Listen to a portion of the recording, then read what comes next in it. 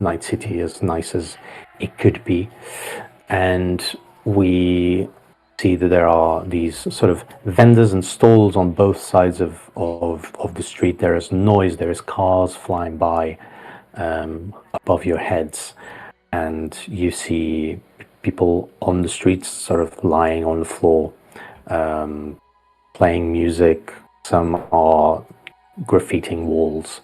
You see a very stretched out NCPD, Night City Police Department, trying to answer the large amount of calls that occur. We actually start our sort of journey in a bar. It's a bar called the Chrome Window, and we see that it's very much lit up in this like purple neon, this sort of purple neon color. There is sort of music playing, people dancing, and it's generally just people enjoying themselves. It seems like the night hasn't ended yet for these people, so they've been probably here since the early hours of the morning or late hours of the evening prior. We are actually going to start with 40. Where are you at in this bar, in this situation? Well, probably near some event going on. There's some event going on. Mm-hmm.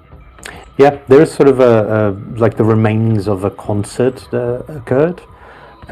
What do you look like, and what do we see as we look at you?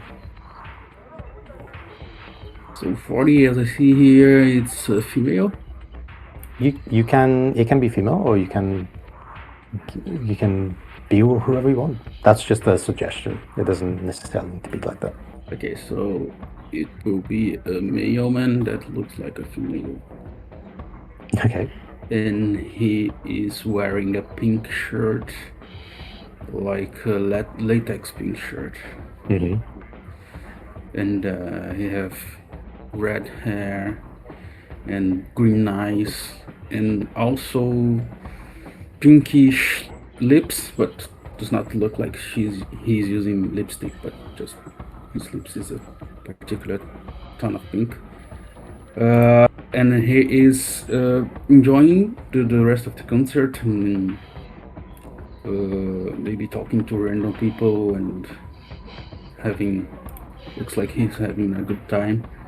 Dancing. Yeah, Karen. And dancing with himself, just enjoying what it's left in the show. Amazing. I'm gonna ask you then, in that case, for you to go over to your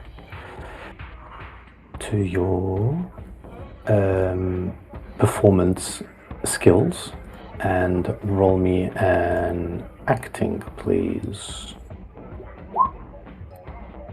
Like this? Exactly like that. 16. It's great. You are you're fairly well known in this area of Night City. You are a rocker boy who is known to be in trouble with NCPD in some points, be in trouble with some corporations as well. You move a fair amount of people, so you are fairly known here at the Chrome Window, and there are lots of people trying to bid a way to dance with you, and perhaps, who knows, end the evening or the morning with you in a more isolated location. You are dancing fairly well, and you feel at some point that your agent, which is your AI-powered phone, your agent starts accuses that you have received a message.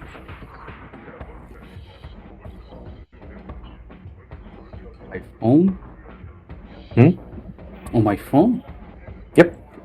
You received a sort of like a text message. Yeah.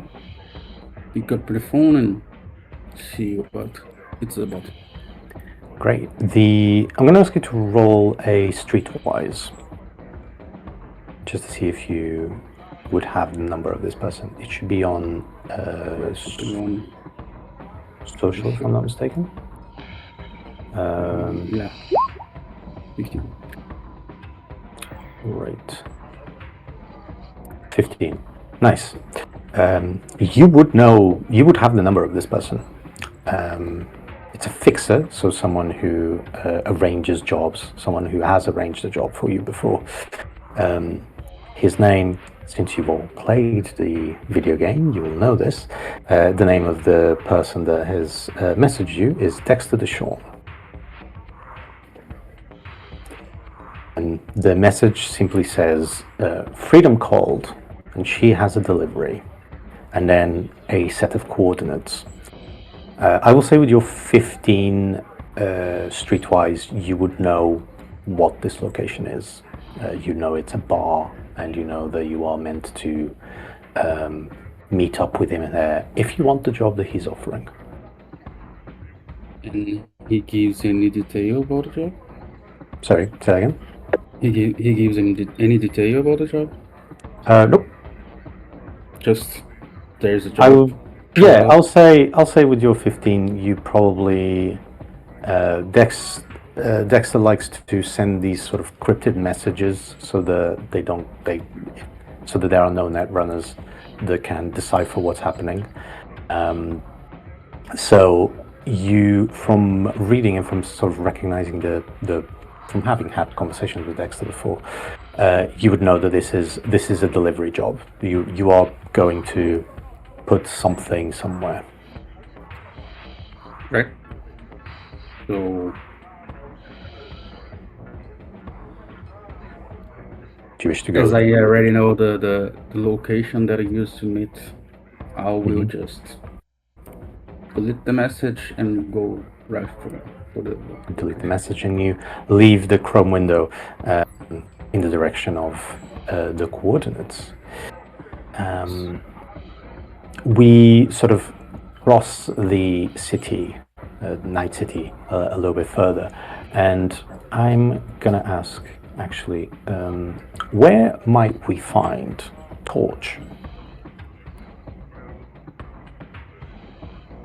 So what's Torch up to in these early hours of the morning?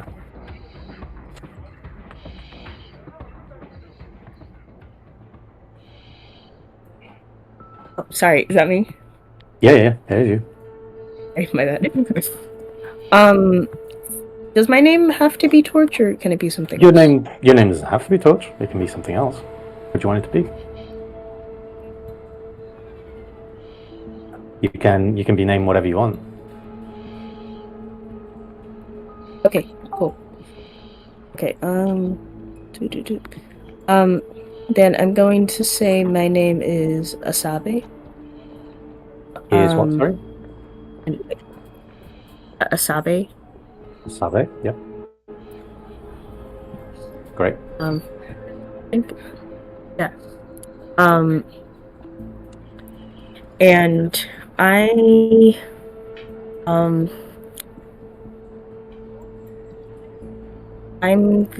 think I'm going to be holed up in some sort of side alley somewhere.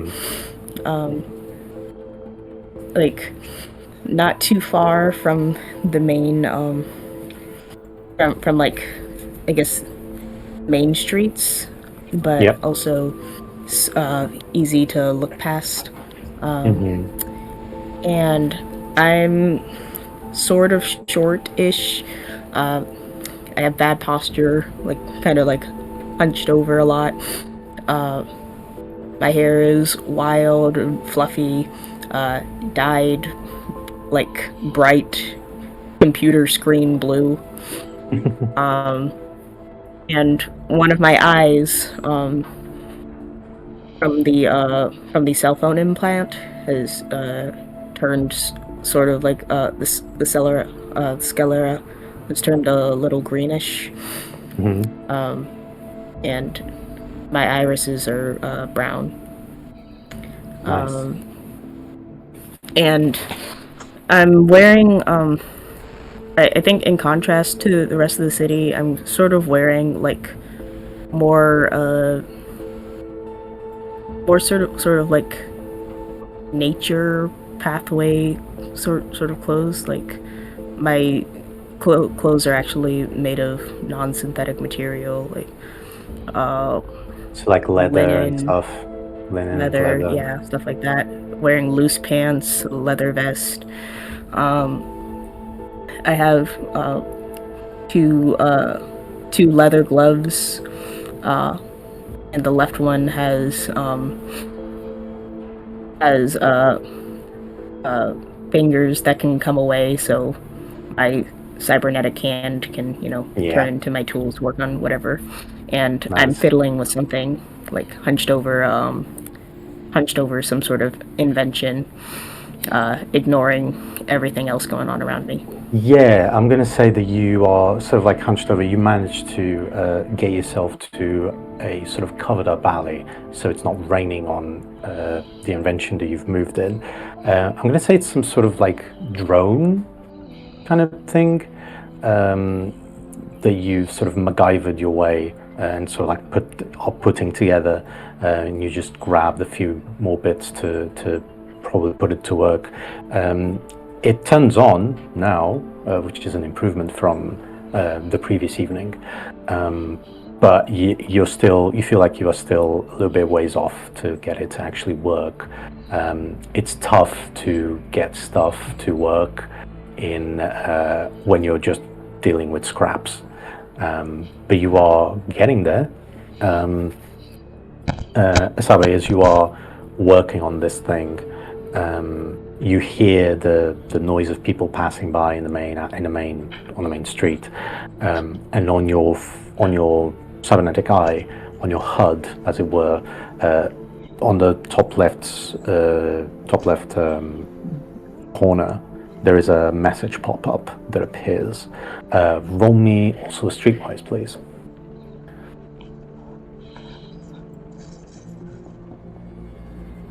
Which should be under your social. Okay.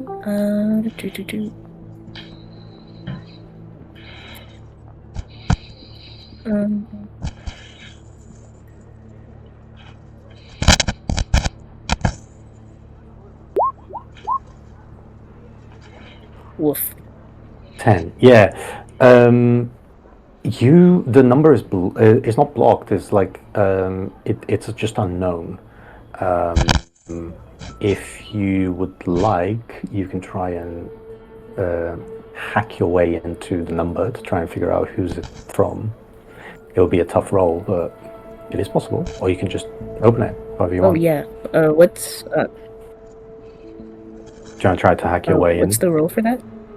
Yeah, so that will definitely be a electronics and security tech. So it'll be under your technique. I think you're fairly good at electronics security tech. Oh, awesome. Yeah. You said electronics and security? Yeah, I did. You should have like a 12 or 13 that's awesome. or something Okay. like that. Yeah, 19. Nice. Being a very, having been burned before with messages that you opened that shouldn't have done, which is the problem of having your phone essentially encrusted in you.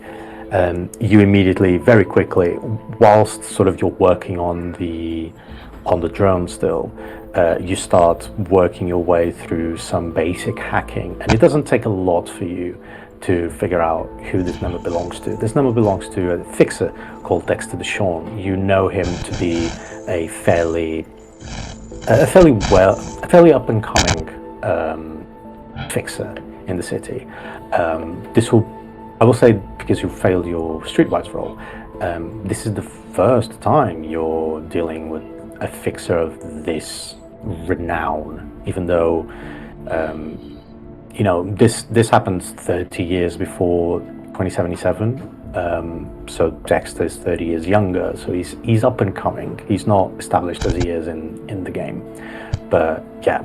So you do know that Dexter Deshawn is one of the sort of like new hot stuff that's coming on in the Edge Runner world.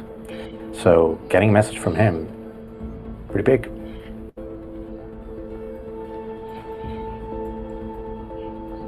Do you open it?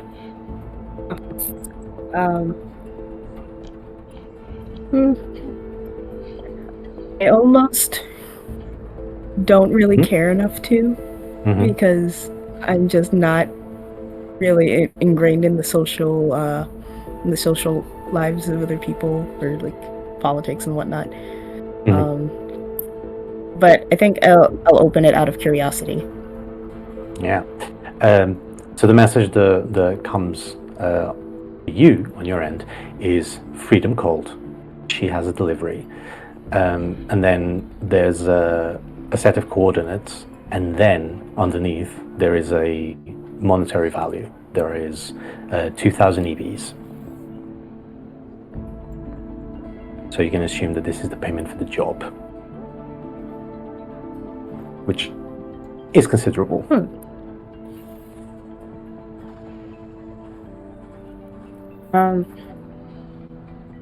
Can I respond to the message? You can, yeah, absolutely.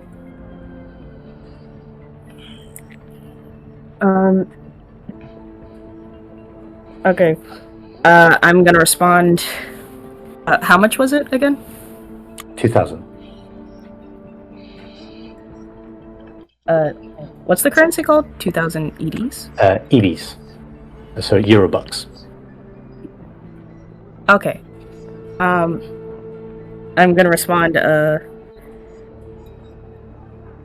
4,000 EVs. Ooh. Yeah, that's gonna be a persuasion check, please. 100%. Okay.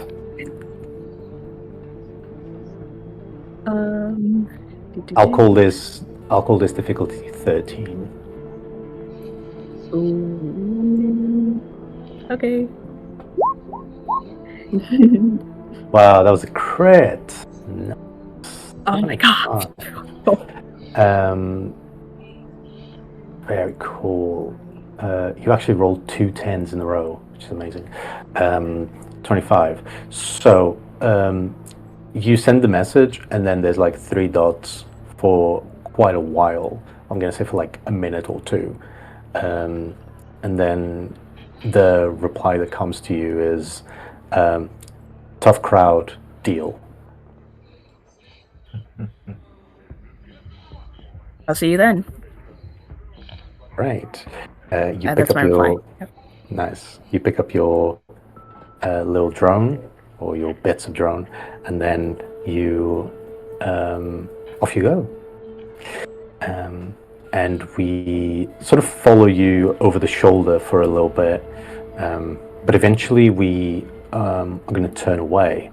And as we are moving in, we're getting closer and closer to the actual place of the meeting. But where, Joanne's, can we find the medtech of our soon-to-be crew? Okay, so Tim, he's actually working in a, basically on a cramped ground floor of a rundown building, and you see like a, if you approach the building, you see like a flickering sign, like a neon sign saying like clinic there. And if you enter, it smells of ozone and all kinds of medical stuff like antiseptic and also some blood. It's not very populated at the moment, and if you get closer, basically in one of the treatment rooms, you see basically like a male person, like he's in the mid-30s, he's slightly pale. His eyes are actually quite sunken in, and he seems to be quite tired from the from the night's work, and also his hands are slightly shaking, and he appears to be something like he wears like scrubs, but I mean they used to be probably white at one time, but now they're more like having a slightly yellowish color, and you see like stains of dried blood and rust as well. And he's basically wearing also like a leather vest with all kinds of pouches there where he stuffs his tools, and currently he's like calibrating some kind of scanner which he's basically mumbling to because it doesn't seem to go his way. Yeah, you I'll say that like the sort of like neon sign is sort of flickering. There's like there's like a power surge of something that is making the light not stay on constantly, which is of great irritation, a source of great irritation to you. But inside the clinic is like it's nice as it can be in sort of the slums of Night City, and we do see that you're like working on this scanner. Roll me please a basic tech. Where can I find this? That will be in under your technique tab.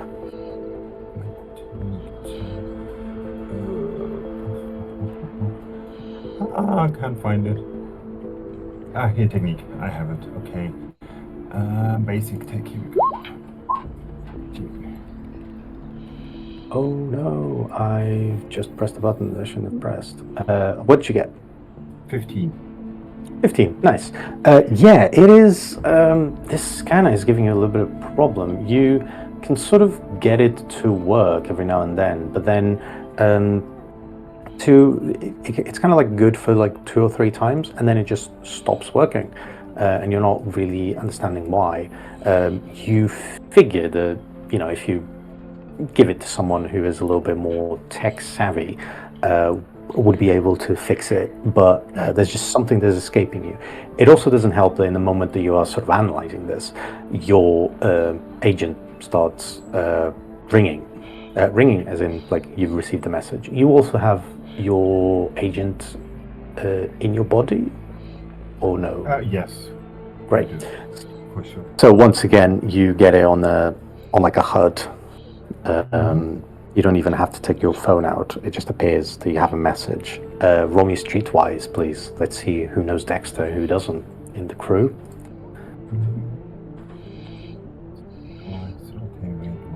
It is on your social.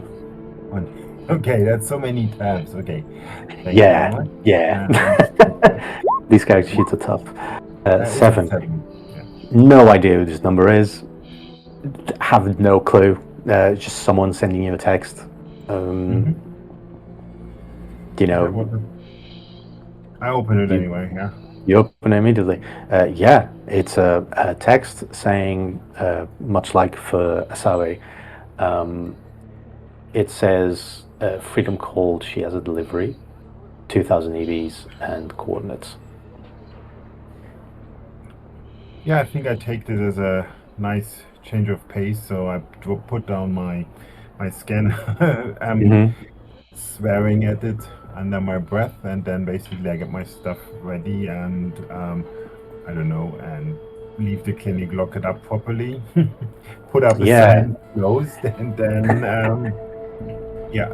make my way whatever transportation I will find. You have the train. You can take the train down to. I'll say you all have Night City Pass, which is. Of course. Yeah. And I stack up on anything which I usually take for my assignments. How to say, my little time off. Yeah, you're all carrying like weapons with you because you know that you're being called for a job, which you know. In this area of Night City is not so complicated. Like you definitely get side eyes, but you know that once you get to sort of certain part of Night City, which is the area known as the combat zone, or certainly was known as the combat zone prior, carrying a gun means you're looking for trouble, and if you're looking for trouble, trouble usually finds you pretty quickly. In here. It's sort of just understood, and you probably put your weapon, which I think is an assault rifle or shotgun, in your sort of supply bag, and you can conceal it in some way like that. But yes, as you enter your train, this like yellow, like bright yellowish colored carriage arrives right in front of you. You walk in, and you are going in the direction of the coordinates given to you. Which means that as we sort of approach these coordinates, we follow you on the train. We are missing one member of our crew. Where is our media, and what are they doing? Okay. And what do they look like? So for looks, just a blue jacket, black shirt, blue jeans with boots, and fancy jewelry though, like a gold watch, gold bracelets, necklace, and then a camera bag across his chest. What I was doing was, so can I be pretty creative with it? Yeah, go for it. Okay. So my 24/7 is a struggling reporter, and he was in the bar with 40, right? Stands 40, right? That's the name. Okay. Yep. And I saw them leave the bar hastily and decided to follow them. Nice. Looking for a story. Yeah. You see this fairly well-known rocker boy all of a sudden get a text message and leave. So you think that's pretty suspicious, because they were having a good time. They were drinking, they were like meeting up with people, and all of a sudden they move away. You start tailing them.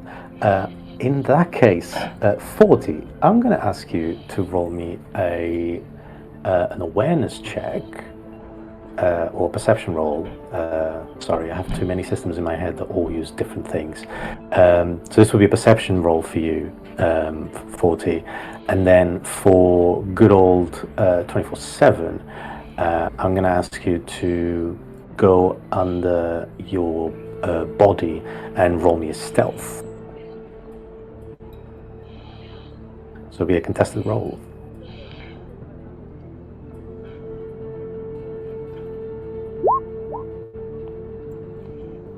Seventeen's the number to beat. 40.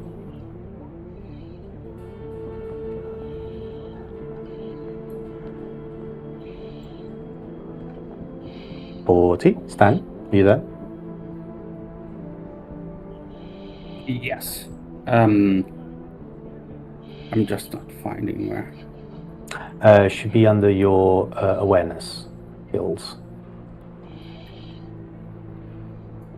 Should be concealed. No, it'd be perception. It's not. Oh, I found it. Sorry. Oh, 16, 17. It is a fascinating sort of half an hour that we follow, because 40, you can't. You know what it's like to be tailed, because you have fans that try to tail you, and you can't shake this feeling off that someone is going after you. But also you can't, like, you look back and you keep looking and you don't find anything. So you're like, what the hell's going on? You take a few like detours on your journey to the meeting point, and you know, 24/7, you manage to always keep up with 40, and I will say that eventually, 40 arrives, and because of that, 24/7 also arrives to a sort of side alley, sort of like away from the main street, to like a bit of a courtyard in some way, to a bar that has a green neon lettering at the top of the door that says the afterlife. This is, as 40 would definitely know, and 24/7, I'm going to say you also know this. This is a fairly well-known, fairly well-connected locale. It's a bar where anyone that is anyone is going to come here for a job. And Dexter is wanting to meet up in here. What do you do?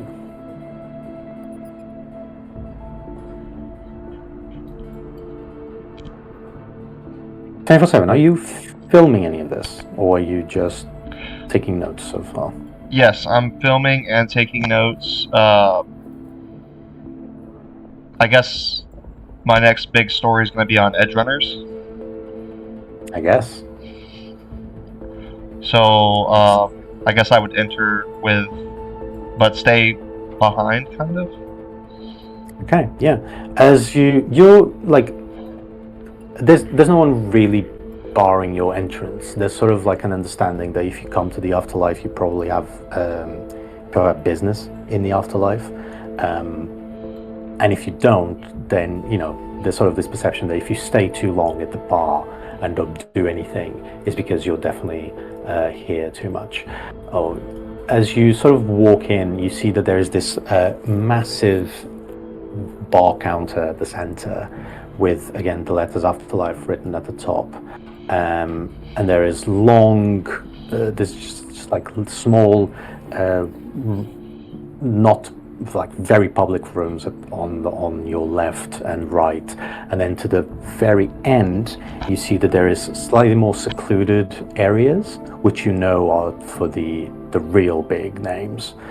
So you probably can in 20 years ago or something, you would have seen Johnny Silverhand walking by, and Black Hand would be there as well. But as well that to your right, as you walk in, there are the private rooms. So they're the ones used by fixers that want to give a job that they don't want other people listening to. But there is someone there is a woman at the bar serving drinks. I'm going to say that the four of you are here in like different capacities.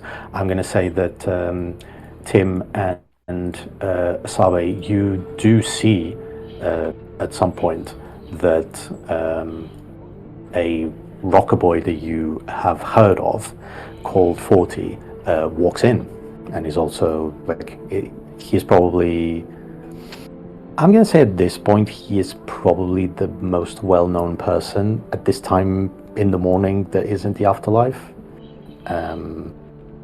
But yeah, it is fairly crowded in here, but not stupid crowded. So there's probably like 10, 15 people in here, counting yourselves.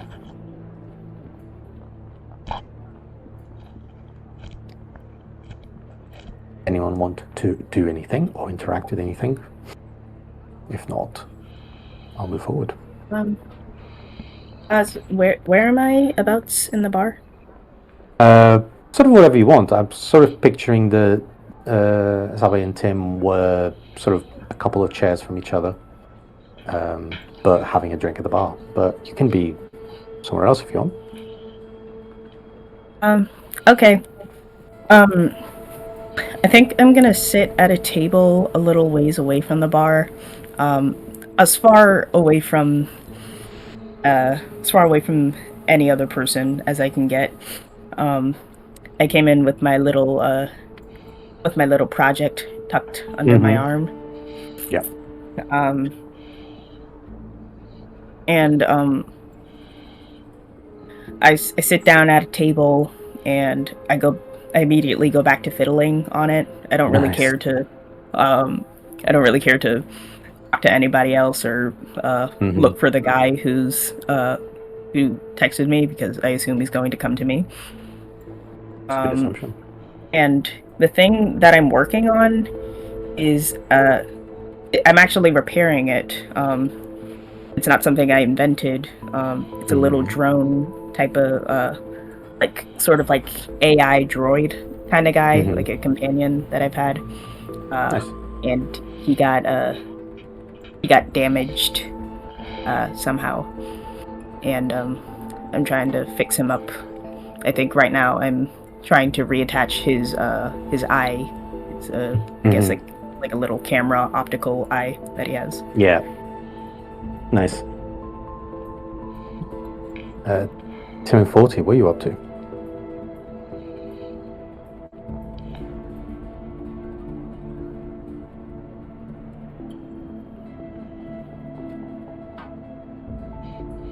I'll go with Tim. What are you up to?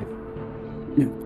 Oh, I just entered the bar and I look around if I see somebody I know. Probably this is not the case, and then I Yeah, someone that you Yeah. someone that you know personally. No, you do see that there is a sort of like this techie person who seems to be fiddling with something at a nearby or like a far away enough table. Then there's 40, the rocker boy that just walks in, and then there is this individual with a lot of jewelry and like a camera bag that walks not right behind 40, but like after 40, I guess. And as you're sitting at the bar, the lady, the woman, comes to you. She has this like tan skin, wearing a black tank top and a left arm that is completely like neon pink, and is metallic. And she turns to you and says, "Can I get you something?" Yeah, just get me a gin tonic, probably. Yes, and I have to say this is some really nice piece of equipment you have there. Admiring her ping up.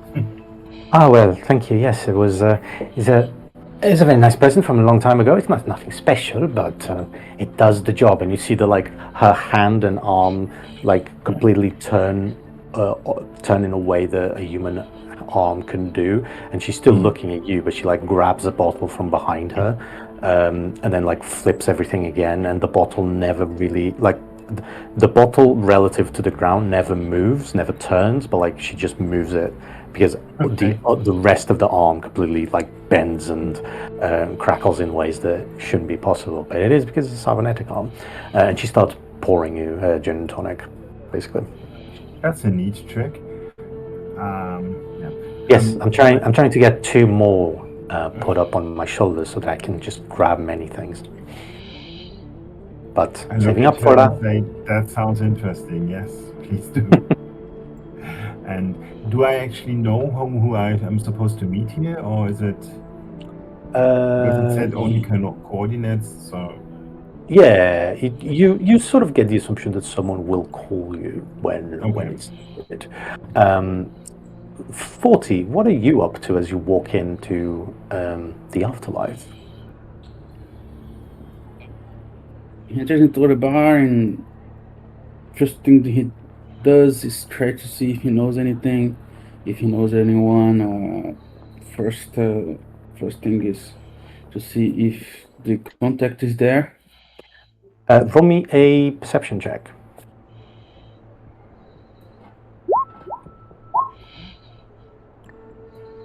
With 15, you don't see Dexter here. However, there is an individual that as soon as you walk in, sort of moves in your direction. It is a guy who has completely shaved head, like a big beard, big like salt and pepper beard, with what you think is half of his face completely replaced with metal, and somehow the right side of his face, which is completely metal, the eye, as you look, the right eye seems to be like organic. So it seems that like the entire half of his skull was replaced, but he kept the right eye, which is very odd. And he's wearing a skin-tight suit with all sorts of wiring running through it. It doesn't take a lot to identify a netrunner when you see one. He also has on his right wrist what appears to be like a screen and a keyboard, which you'd probably know as being a cyber deck. So the thing that they use in this world to hack into the net, or whatever remains of the net in this point. And they come up to you and they say, 40, is it? He looks at him, and then just as his expression is like a loud expression, he just he take a scare, a jump scare when he sees his face, and he says, "Hey, sweetie, I didn't know you were here. Who are you, by the way? Me? I am a demon. I work with Dexter recently. He is expecting you. I was just about to grab the rest of the crew. There will be 3 of you on this job. Oh, so it's a group job, I can see. Alright, Yes. so lead the way then. Chop chop. Yes, follow me. And he moves in the direction of Tim, kind of like taps you on the shoulder lightly, Tim, and says, Tim, is it? My name is Demon. This is 40. I was just about to grab the crew to bring you to learn more about the job.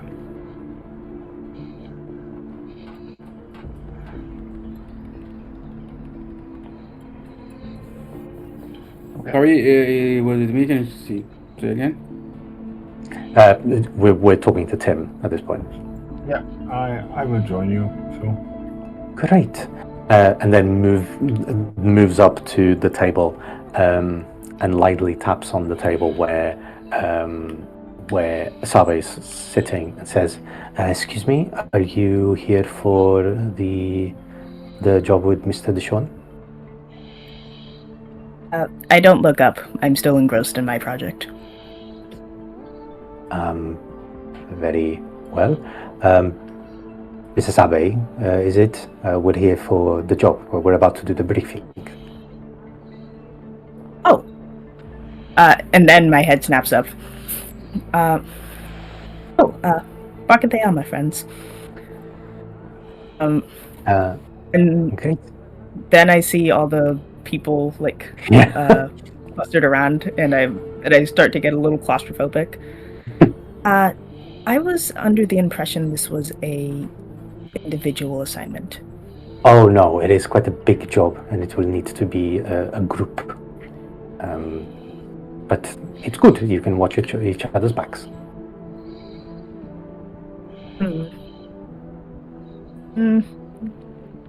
Okay. I just grab my little project, my little buddy, from under my arm again, and I sort of shrink away, like inch around all the other people, and follow at a distance. Great. 24/7. As you walk in, you now see that 40 is accompanying a netrunner, or is being accompanied by a netrunner, and then passes by a techie, or passes by a med tech at the bar, passes by a techie at a further table, and then is crossing back and going in the direction of one of the more isolated rooms. They are probably about, I'm going to say 6-7 meters away from you, but sort of coming in your direction as you walk in to the afterlife. So, I noticed the individual who collected 40 and Asaba and Tim, and I decide to, I guess, play pretend and tag along. Almost pretend like I got the text too.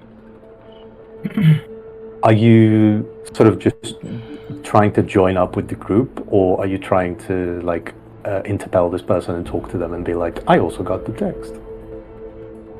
Let's say I interject and say I got the text as well, or I'm here for the job as well. Okay.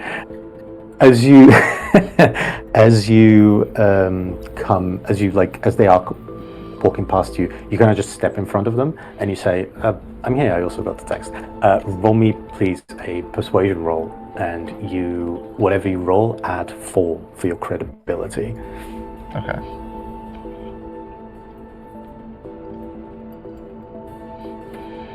So that'll be under your social tab, I believe.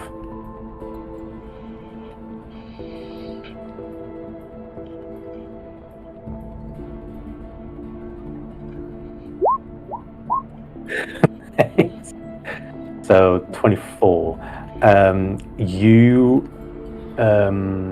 So basically, you managed to interject, and then you showed. Do you have your agent? You have a physical agent, right? It's not in your body, right? I don't think it is tending to your cybernetics. I can have a look real quick. So that'll be in your cyber. Sorry, I'm going to move your stuff around. Okay. Yeah, no, yours is... Oh no, you do have an internal agent, for audio only though. So the thing that you managed to do is that you, whilst you were walking here, you managed to sort of get a shot of the text with your camera, and you like zoomed in, and you then sort of like exported that image to your own agent, and you're just showing that image to her, or to him even. Demon is a guy, and he seems really confused as he looks at you, and then he looks at the other three. The other three, none of them have a sign of recognition on their faces of you. So he turns back to you and says, "Oh, I wasn't aware that Mr. Deshawn was hiring another one. I thought it was a 3-person job. But I guess, someone." He clocks your camera bag, and he goes, "Oh, yes. I guess someone with means to replicate and produce image will be quite handy in this situation. Please follow me," and leads you up to the room, to the side room. It is a completely sort of like blacked out room, except for the center, which has what appears to be a big sort of fishbowl in the center. And Demon indicates you to walk in. You walk in, the four of you, and on one side there is a long leather couch that sits all four of you. On the other side there is like a lazy boy, like a big chair, and then a coffee table at the center of this fishbowl. As you walk in, all the sound from the outside just stopped. There seems to be a soundproof, sort of soundproof container, for lack of a better word. Inside, sitting, waiting for you, smoking a big fat cigar, is a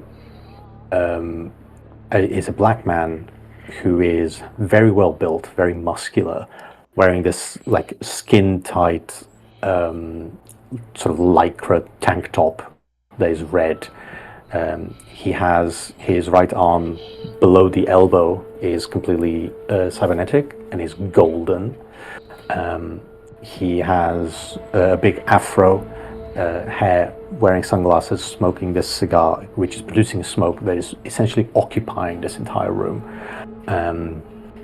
He is sitting there. The three of you that were actually called here walk in, and he says, "Gentlemen, everyone, please walk in, sit down." And then he sees 24/7, and he goes, "And who might you be?" 40 just steps up ahead and brings up his hair with his hand and say, "Sweetie, if you don't know me, then what are we doing here?" "Oh, 40, I've known you for years. I'm talking about this gentleman here, looking at 24/7. Like, "Oh, yeah." And then 40 just walks by the guy and the other guy, and then sits on any couch that he can find. "And who are you?" Looks at 24/7.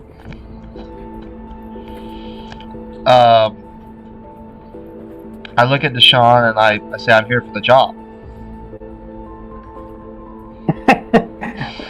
Deshawn is kind of like looking at you. There's a smile that's sort of forming on the right side of his face, and he says, "And well, I don't know you, so I don't have your number. So how did you find out about this job?"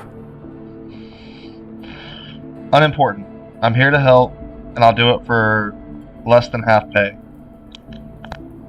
Ooh, persuasion roll, please, and it'll definitely be a much lower difficulty because of that suggestion, especially because he's spending a lot of money with one of you. So roll me please a persuasion. The difficulty for this is 9, which is the lowest difficulty in the game.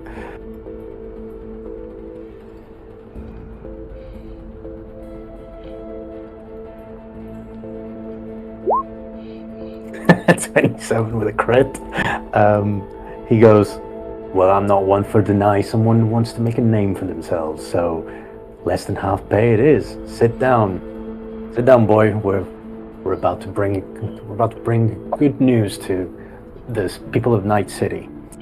As you all sit down, there is another round of drinks that is brought in to the 4 of you. Demon also comes in, and he sits on like the end of the sofa opposite to the ones where you're all sat. And Dexter sort of reclines over, looks at the 4 of you, and says, gentlemen, I have something that needs to be delivered to someone, and it needs to be delivered fast, and it needs to be delivered quietly. There is a small compound in the south side of Night City.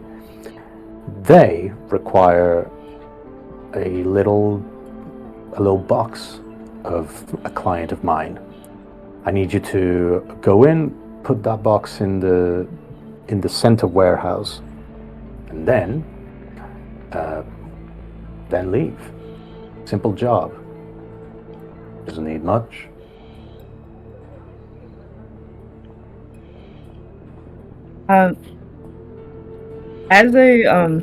As I sit down and he starts his spiel, I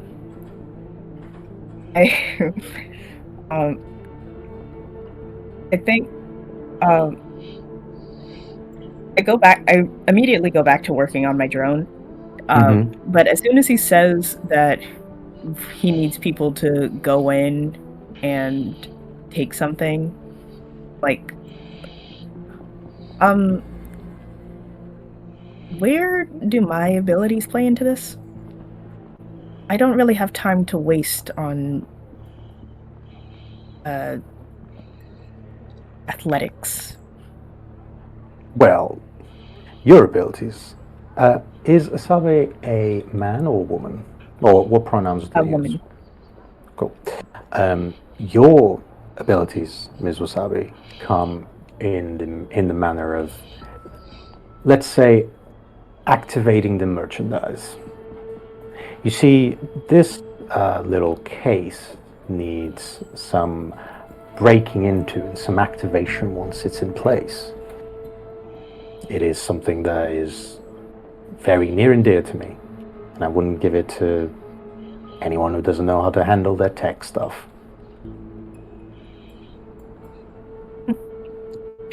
All right. And then I immediately go back to working on my thing and tune out the rest. Then he sort of like turns to you, Tim, and says, "You're here because I wouldn't want my great crew to be injured, and if push comes to shove, there will be someone that is able to handle themselves in the battlefield. You're here," looks at you, 40, because, well, sometimes people just need to talk their way out of stuff, and you're one that's pretty good at doing that.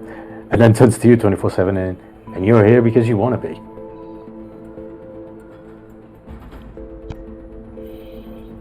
Any questions? So, when you say push comes to shove, are you expecting any trouble? Oh, well, yeah. Probably. Like, the compound that you're going into belongs to the Red Chromes, so I would assume that unless you manage to talk your way into it, then you can expect some push from those maniacs. Yes. Okay. I'm going to say the 4 of... so everyone roll me streetwise.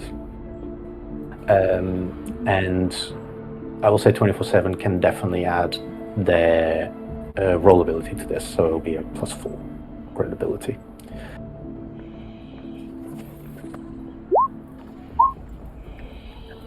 5. No clue. Oof. No clue who the Red Chrome are. Yeah, that tracks. So what's the package? We'll see. Roll. I need everyone to roll me streetwise before, so that just to see if you know who Red Chrome are. Oh, okay. What am I rolling? So it's under streetwise. So under social. Yeah, under social. I have no clue. Wow, this is going great. It's a 15 for 24/7, so 24/7 definitely will know who Red Chrome are. Let's see if 40 knows. Wait, I'm laggy. Under social, on the skills. No, it's like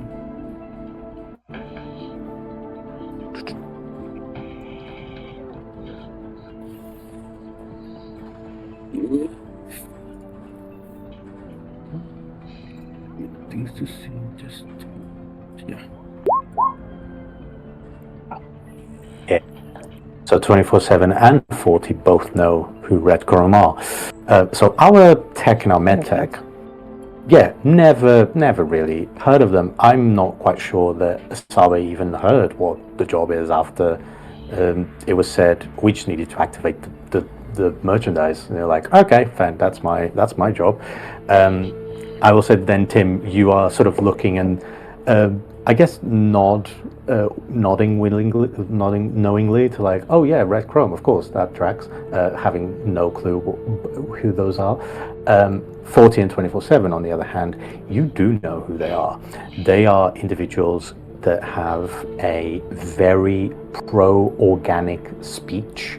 They think the machines and cybernetics are the next stage of evolution, and they made it essentially their life's mission to get rid of people that don't want to be cybernetically enhanced, whether by forcingly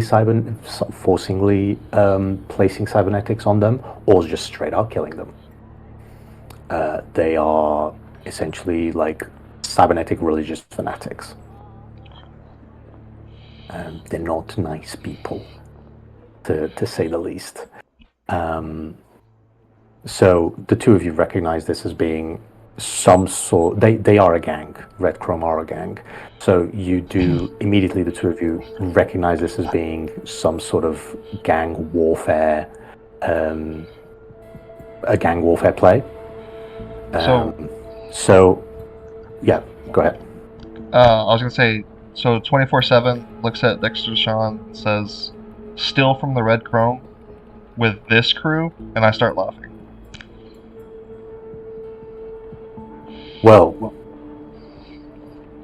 at least they're not people that are well known, apart from 40, but 40 can talk his way out of anything. Right, 40? Right. Yeah. You know me. Yeah. So, at least I'm not going to some sort of like Yakuza or something to try and get this thing going. That would be suicide. But this, with 3, looks at you, well, 4 people that might just be walking by the southern area of Night City, it might just work. If you say so, Dex. 40, after this, I'll say you ask what the package is. And Dex says, the package is something very special for Red Chrome. It is something that will make them think twice before attacking again in the southern area of the city.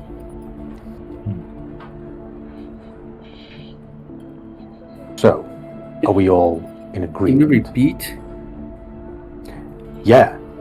The package is something that will prevent Red Chrome from attacking again in the southern part of the city. Right.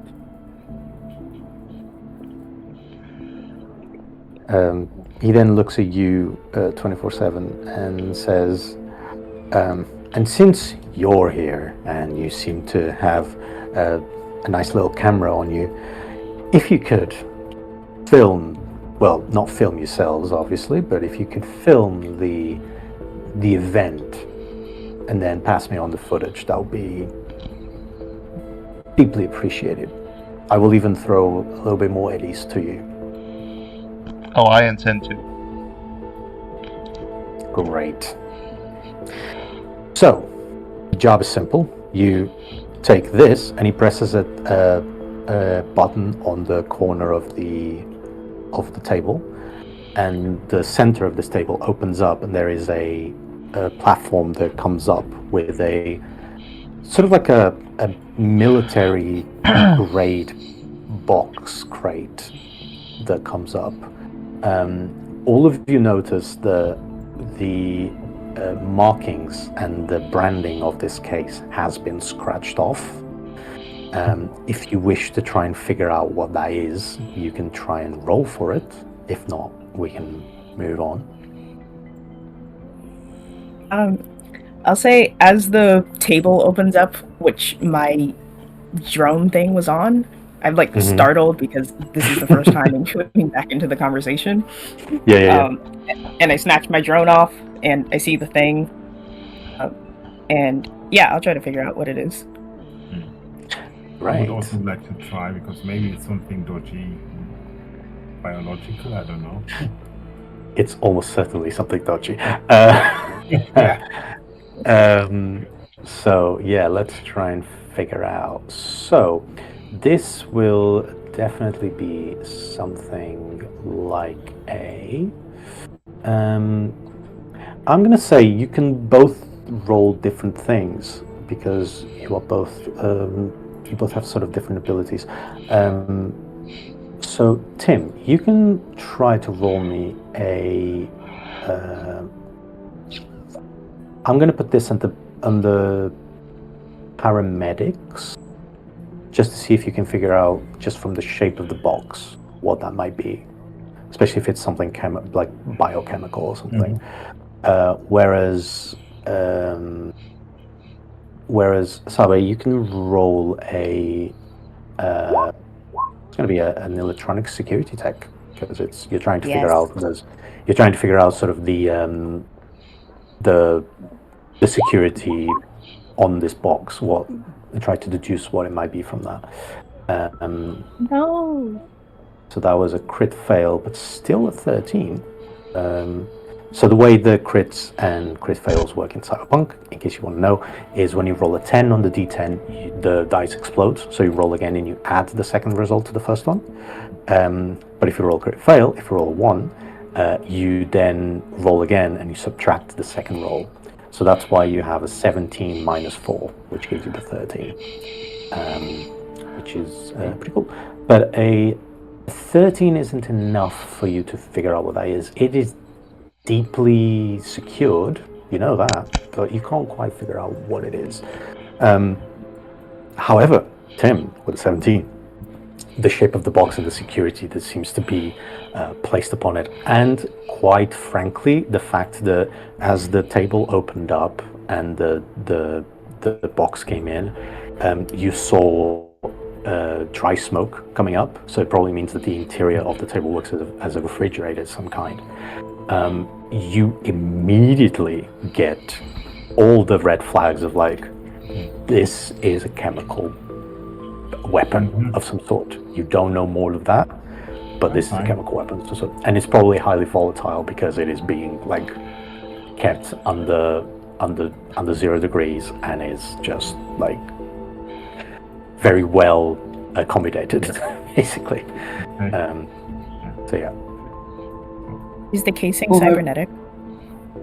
Sorry, say again. Is the casing cybernetic? The casing is not necessarily cybernetic in and of itself. It is definitely made out of, like, it definitely has some like electronic components to it. So you do see a LED, like a LED display, and some buttons for the lock, and then it definitely has it has a jack, a port jack, so you can connect yourself to it, which is probably what's going to be required of you later on. You can assume as soon as you see it. Okay. I turn to Dexter. Should I crack that open? Oh, no, not here, please. But in the warehouse, feel free to set the timer and then run, I'd say. All right. And I think in that moment, I finally finish my little thing, my little drone buddy. Yeah. Do you turn him on, or turn it on? Yes. Great. You have what sort of? I'm going to say pet, but it can be anything. What sort of pet is it? He's a little he's not too big. He's about the size of a cat. Yeah. And he has one giant round head that has his eye in it. And then from there he has a neck which extends out into like a boxy body thing. And he can hover, like using a kind of like a super conductivity. He can hover a bit, so as soon as I finish working on him, I hit the button on his back, and he comes to life and he starts hovering. And he's a little rusted, a little dented and beaten up, but he's my best buddy. And as soon as he comes to life, he gives me a little trill, and he hovers up near my head. Amazing. Dexter looks at that and like smiles, and then says to you, to all of you, and says, "Gentlemen, lady, I will pay you half the amount right now, and then the other half once the job's done."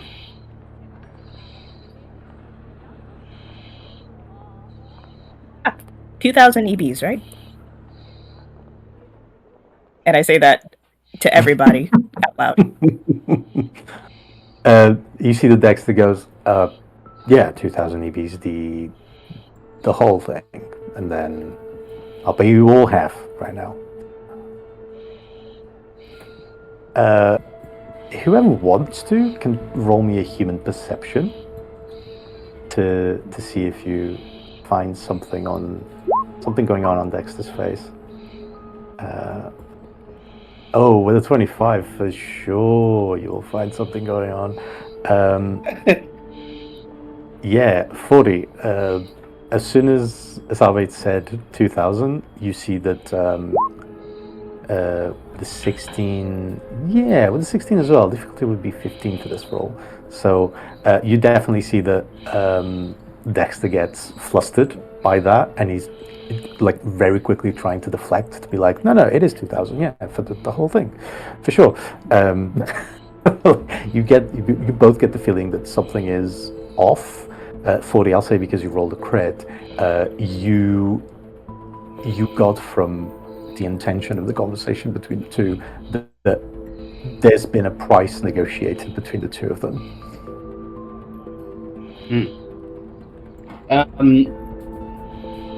But it just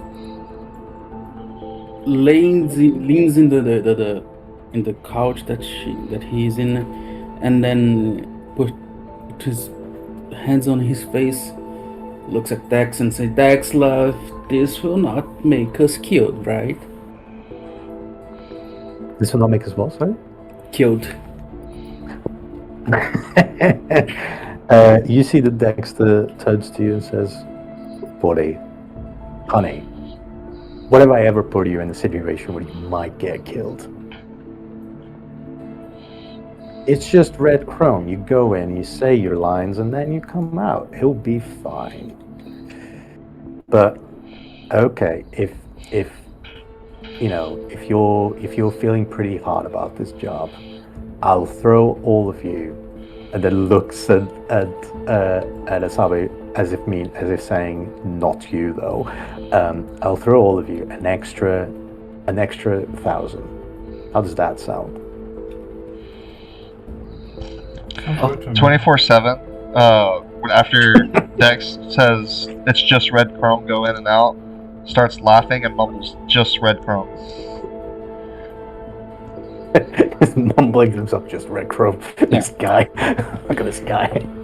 And then 40 just says, wow, you spoke my language now. So time to go? Yeah, I guess it is time to go if you're all happy. Oh, and be quick about it. That case won't hold up for the whole evening. Are you you're sure I just saying can't that- open it here? I wouldn't recommend it opening in here, just in case something goes off. If you want to, then just be out on the street and open it, and it's entirely up to you. I can't possibly. I wouldn't recommend it though. Just wait until you get to the southern part of Night City, please. Well, I will say Asabe, with her -1 social awareness skills, did not at all pick up on the look that Dexter gave her. Oh She yeah, was like, of course. "Oh well, So you. an extra 1,000 EBs for. I think my drone will be named Kulu. An extra 1,000 EBs for Kulu should make up for it, right, buddy?" And Kulu gives a little trill and Trill. does a little lap around my head. Right. Fine. I'll get you these. Just clock's ticking. Okay, sounds good.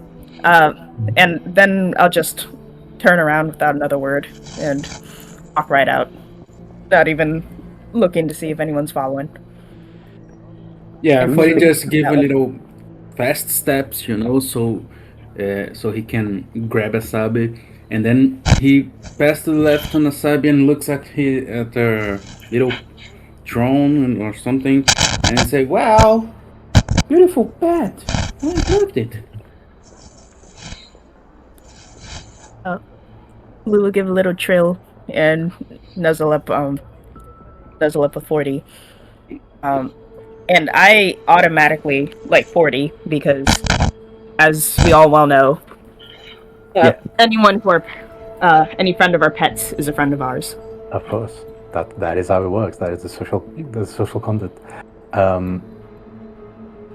Cool. So 40 and Sabe are out of the room. Tim and just to finish, he says, "I hope it bites." He doesn't have a mouth. That's a shame. 24/7 and Tim. I will just follow them. Just thanks a lot, and some extras are well appreciated, and then I grab my stuff and hurry after the others. 24/7. I just get up and give Dex a big smile as I'm leaving. Who's grabbing the case? Okay, I'll grab the case. Yeah. 24/7 grabs the case. You all just left like the But big. that was the case. Okay then. Leave the bomb with Dex. Yeah. It's like, oh yeah, we'll just go there, and then not leave this chemical weapon in here. It's fine. Great. I'm gonna say you all will take. Well, no, I'll say that Dex was probably kind enough to not let you walk around Night City with a chemical weapon. So he books you a taxi, basically, an AI-powered taxi to go to the southern part of Night City. You will walk in, and you are taken through Night City, and then I can now show you a little map I have.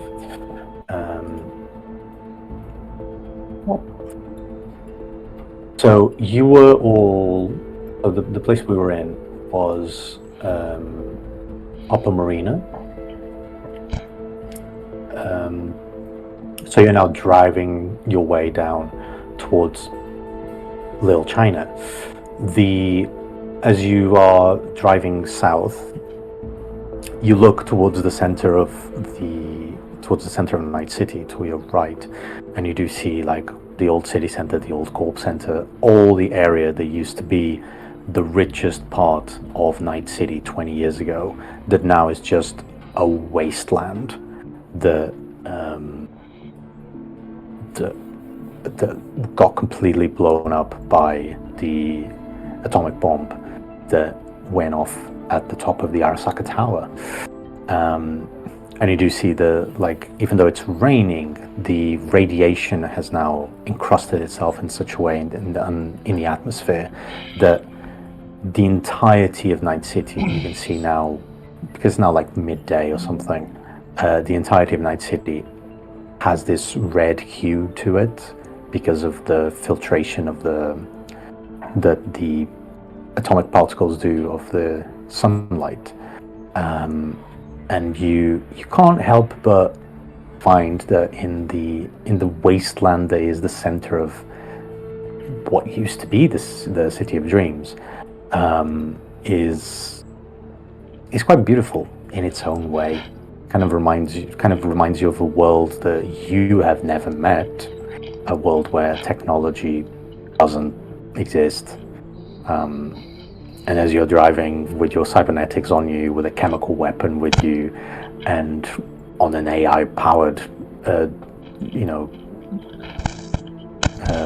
driverless car, you can't help but reminisce about a world that you've actually never even probably heard of. As you continue to drive south and you enter the area of Little China, you do start to see that the buildings stop being these big, like, skyscrapers that were taking over the entirety of the air, essentially, and they start being much more like prefabricated stuff, very like maybe one or two floors. It's very down to earth here. You also see a vast decrease of policemen on the streets. And with that, you see two more things. You see more and more people that are cybernetically enhanced, but less of these cybernetics actually fit people's bodies. So you might see someone with an arm that is much longer than their biological arm. You might see someone who has an arm but doesn't have a hand. You might see someone whose body has been almost entirely replaced by scraps and bits of cybernetics that they put here and there. I will say that probably Tim and Asalvi are the ones that know this world the best. You've probably been called to, the combat zones, to do all sorts of jobs that aren't very good to remember at any point.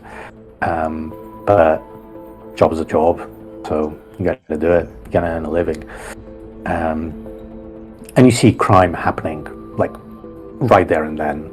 There's just muggings and people being beaten up and shootings. The car, I will say that your taxi even gets 2 or 3 shots, but it's got some sort of bulletproof resistance. But yeah, you're driving straight into the old combat zone. So you pass by old Japantown. And yeah, is there anything that you would like to talk about, do whilst you're in the taxi? The journey takes about 45 minutes. So unless you don't want to do anything, we will skip. Do we see any dead bodies on the way over? Do you see any dead bodies on the way over? Yeah, definitely. There's definitely dead bodies around. With cybernetics or without? With poor quality cybernetics, but with cybernetics nonetheless. Yeah. Okay.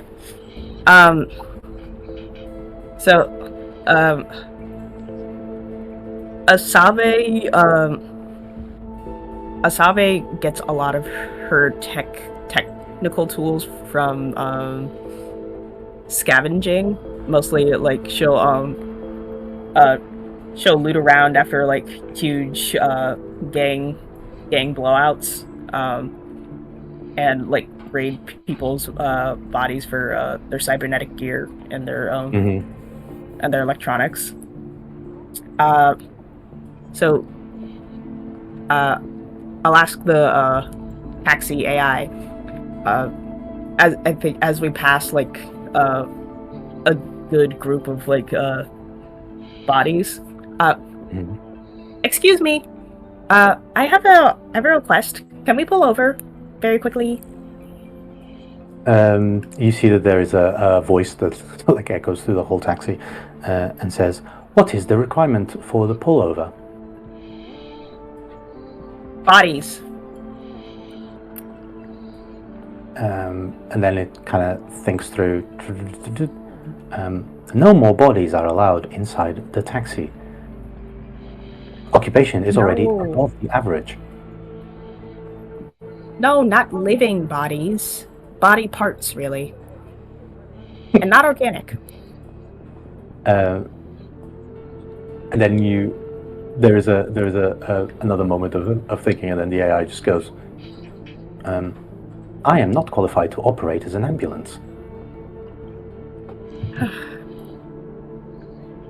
Well, friend, I don't think you're gonna win against the machine. You know, the machine is the machine. These generic AIs are so useless. Right, Kulu? Kulu gives a little trill. And it's sort of like a haughty, like, superior trill. Superior trill. Are the windows up or down? The windows are up because of bullets flying. Okay. Can I roll them down? You're a techie. You can probably find a way. Yeah. I'll say you don't even need to roll. You can just roll them down a bit. Okay. I'll roll them down. And I'll send I'll send Kulu out of the window to see if he could and he'll send me images of the cybernetic body parts, and I'll see if I can find anything good.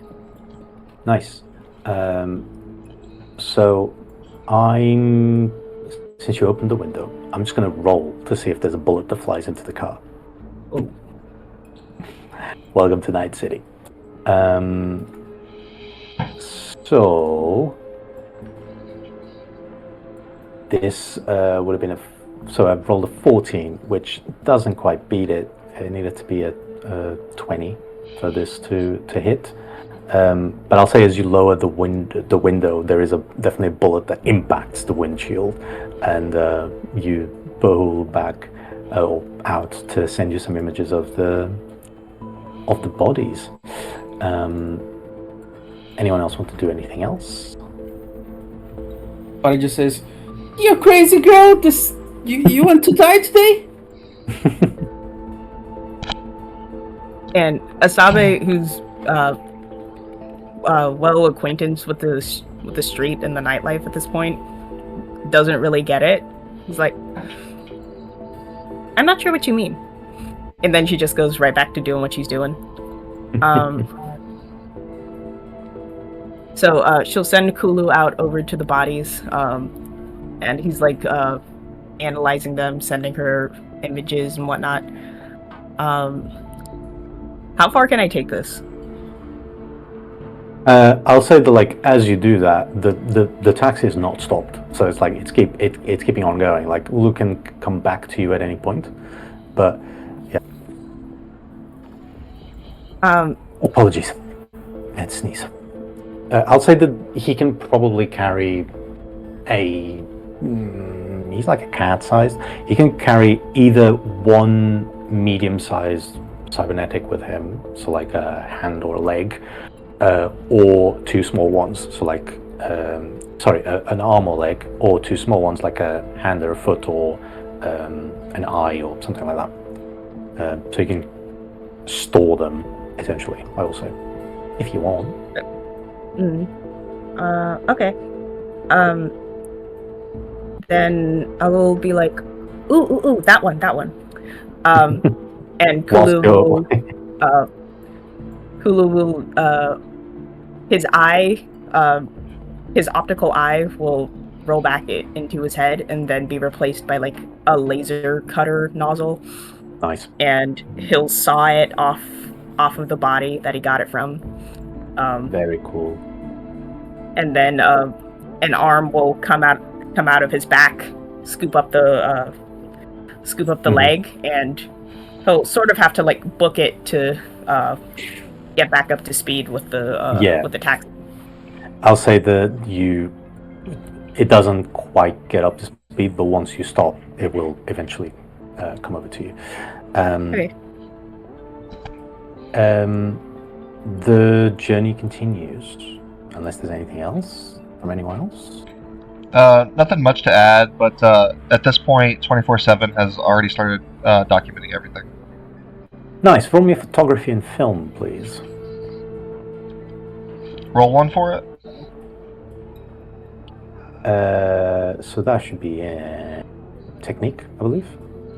Photography and film. Yes, it is in technique.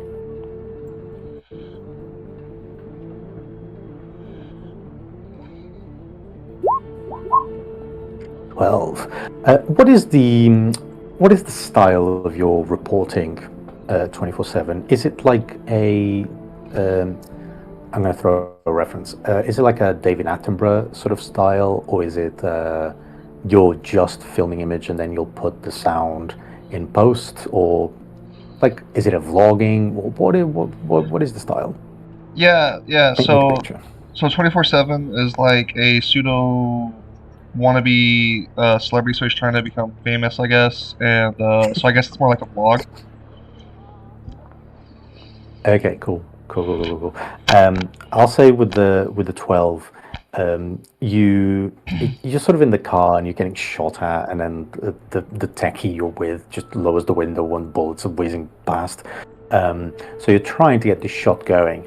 I'll say with the 12, you can you definitely catch the moment where the bullet sort of impacts the windshield, and then you can, if you want, try to like angle the framing in such a way that 40 constantly appears on your image, being that he is the most famous person in here. So yeah, I'll say that you are sort of like, you're being successful so far in your filming so far. Great. We arrive at the southern part of Night City, the old combat zone. The taxi stops about 200-300 meters from your actual destination, the Red Chrome compound, and you get out with your case, and you head in the direction of Red Chrome. What's the approach here? Are you trying to be stealthy about this? Are you going to go just guns blazing? What is your actual plan?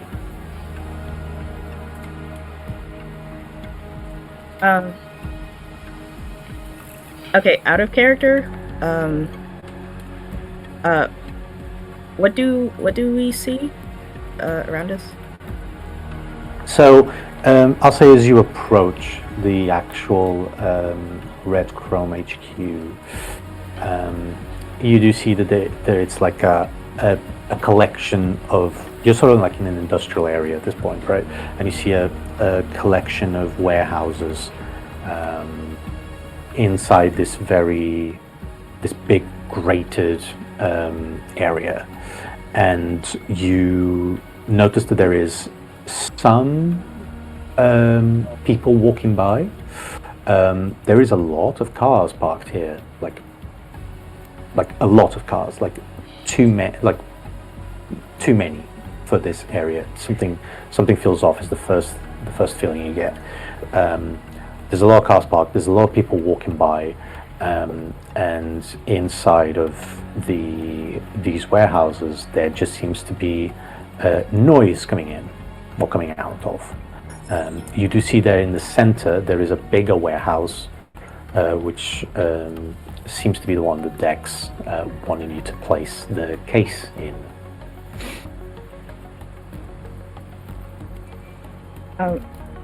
Okay. So in character, I have completely forgotten that we're supposed to be, like, that we're not really supposed to be here. We're supposed to be, like, stealing something, or breaking in, whatever. Mm-hmm. So are we by the cars, would you say? Or, like, how close are we to the cars? I will say you can be by the cars. The thing is, as soon as you get like 20 meters away from the cars, you are in a place where if someone is inside the compound looking out, they could see you, unless you are trying to hide your tracks, essentially. It just depends on how you want to approach it at this point. Okay. You said there was something that we saw that we're supposed to put the box in? Yeah, the box is to be put in the big warehouse at the center of this compound. Okay. So you'd have to go inside the compound, inside that warehouse, put the box, and get out. Okay. So 24/7 suggests to the group that we should scout the area out, potentially using Asaba's drone. Mm-hmm.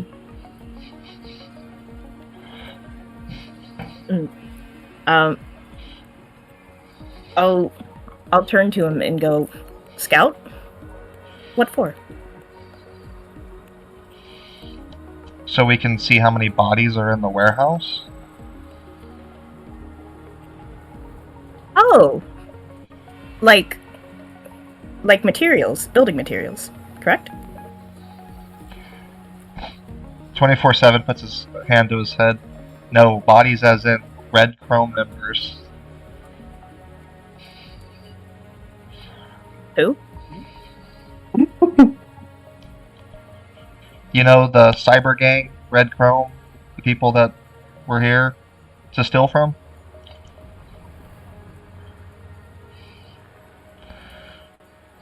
Stealing?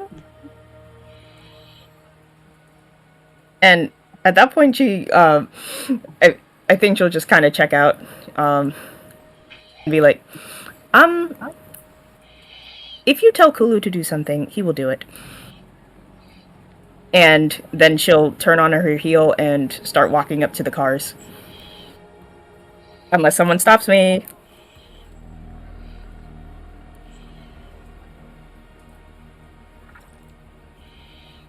No one seems to stop you. So you start walking to the cars.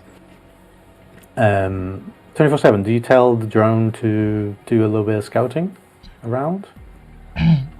I do. I tell Asaba to wait as well.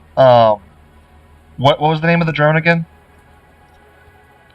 Hulu. Hulu? Mm-hmm. Yep. So I attach a camera to Hulu and I ask Hulu to do to scout the area. Nice. Hulu goes around, and I'll say it takes him about 5-10 minutes to do the whole scouting, and then comes back with the camera that's filmed it. Do you want to check the footage? Yes. Amazing. You find something interesting. None of which is Red Chrome members. As the camera sort of filmed it, you noticed two things. First one, there are several security cameras within the compound, all of which seem to be turned off. I'll say that Wasabe, you would immediately notice that because they're all pointing down as if they're powered down. The other thing you notice is that all of these cars are identical. There's about 3 or 4. They're all identical. They're all painted matte black, and they all have their license plates scratched off. And you do see, walking around, there are 4 individuals. There are, I'll say that inside of the main sort of warehouse, through the windows at the top, you can see that there are 4 individuals inside, with some optical zoom from the cameras and some digital zoom from your own sort of checking of the footage. You notice some police badges on their necks. Inside of this main warehouse, there seems to be copious amounts of drugs and other materials that these cops seem to just be putting in bags and putting them in the back of the cars. No red chrome that you can see.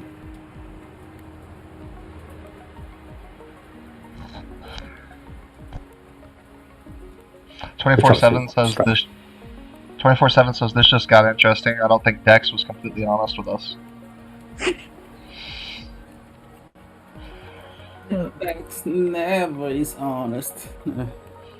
Next to the shore, not This is being a little honest. problem. This is a little problem with him, I think. We always end up with things like this. What did you figure out this time? I'm like immensely disappointed. You promised there would be building materials in there.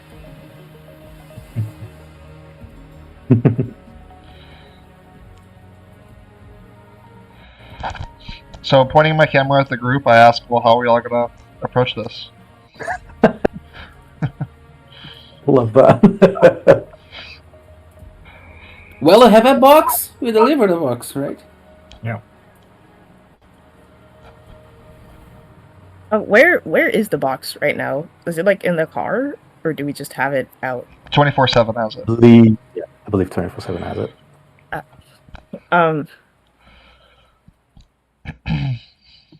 Okay. Well, I'll just turn to 24/7. We just have to put that, and then I'll point to the warehouse in there, and then I'll point to myself, and I unlock it, and then we leave. Yes? We also have to steal something. Oh. That's out of my realm of expertise. And also, I don't care about that. So, I will unlock that and put it in there, and then I will go. Yes?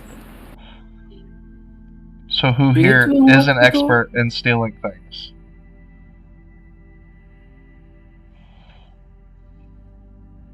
I'll say above table, you're not actually meant to steal anything. No, we're not. No, you're just meant to put the box inside the main warehouse and turn it on, and essentially wait for it to go off. Oh, my apologies. I misread that. That's all. Perfectly fine. The first time you said it, I was like, "Hey, maybe he's role playing something," and then the second time you said it, like, "Nope, okay, yeah." Feels like it's a misunderstanding, which is fine. The question Wait. is, how do we activate the box? I think I'm supposed to activate it doing some technological stuff. Yeah, Asaba's the tech. She's gonna set it. I'll place it. She'll set it, and then Um, we. Okay. So it's settled then. We have a plan. Tim, you're trying to say something? Sorry. I just want to get a job done. I mean, I don't care who gets it. It's just let our boss deal with the fallout afterwards. Yeah. I think we all share the same thinking.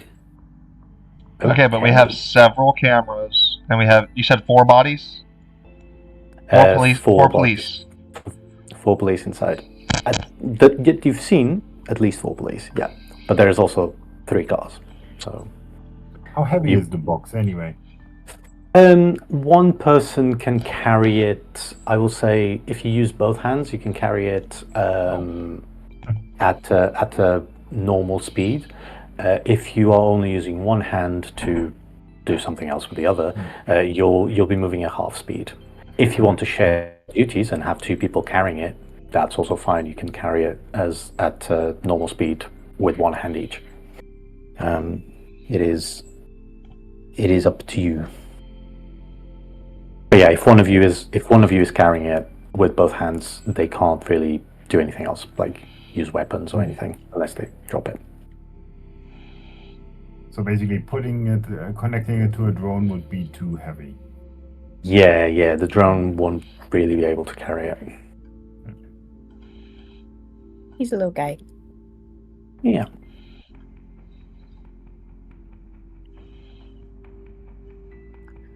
Okay. So are we doing this? Or... Who has weapons? I have 2 guns. Do we know on what we me have? for some reason. Yes. So if you go to the combat tag of your character sheet, it should tell you the weapons you have. It will be a mix of like a pistol and a melee weapon, or a shotgun, or an assault rifle, or something of the like. And then you all have light armor jacks as well, so light armor on your head and body.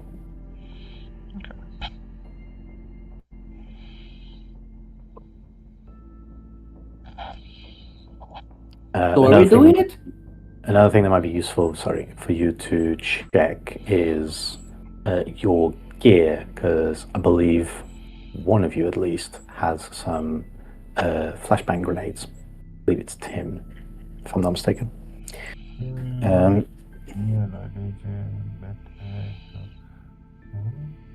Not on the okay. gear. Not on the gear list for me. Sorry? I have a flashlight, but Oh, you have a flashlight. So it might not be you. I think it's No. or like a smoke grenade or something. Yeah. Sorry. Apologies. My bad. no problem. Almost a flashbang, but a flashlight. Mhm. Almost a flashbang, but a flashlight. Yeah. Cool. So Are we already on the place where we need to go? you need Yes. to get to the warehouse, but yes. As We are soon like as in front of it. I as mean, soon we as don't she have to gets go the in- confirmation that basically her job, Asabe will just immediately start walking up to the warehouse. Okay. I guess we're going in guns a-blazing then.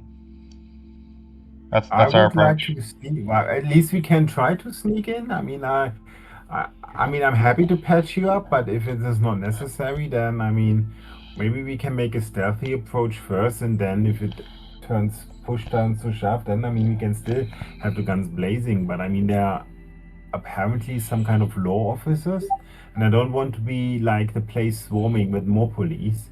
Right. So Out of character, like Okay, so as I a will group, not try to stop you if you try to grab me, but I'm just saying she's As gonna a- be walking. as a group, we should sneak in. yes. Yeah, Oh. good idea, pretty boy. So I tried to hold you back when you were walking. I mean, shh. Let's try it sneakily first. I mean, you can shoot out if you like. You can shoot your way out if you want. Oh, are we shooting things? And then I'll go for my Yeah. gun. We should also keep in mind we should avoid a shootout because we have a bomb. Yes. So we're not shooting things.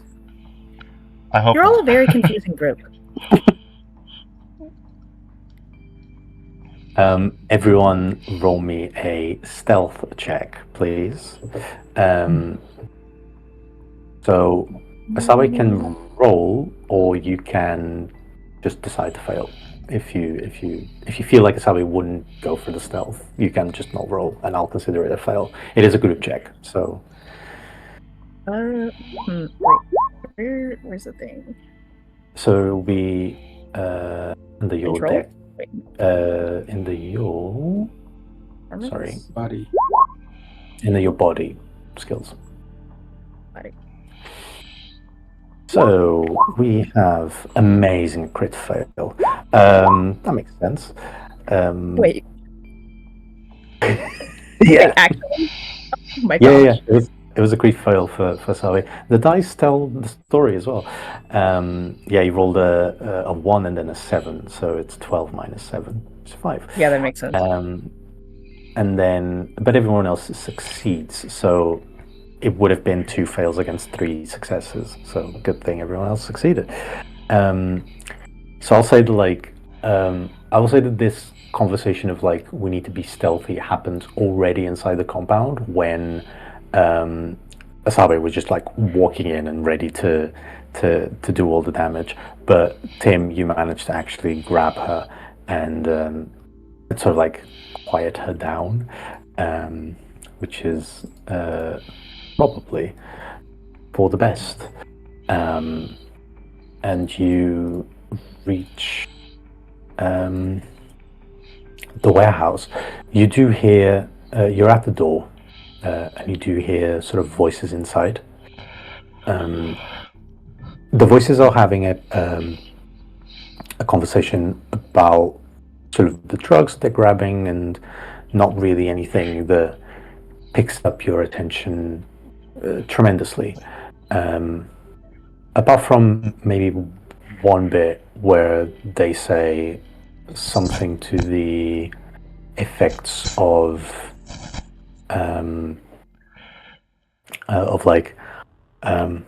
I wouldn't want to be here when the Red Chrome come back. They're gonna come back with a vengeance after we killed all the ones that were here at the HQ.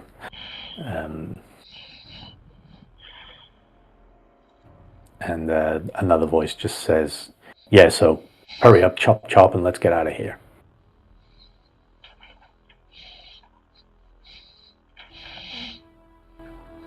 Where are we going to hide? So, to help with that,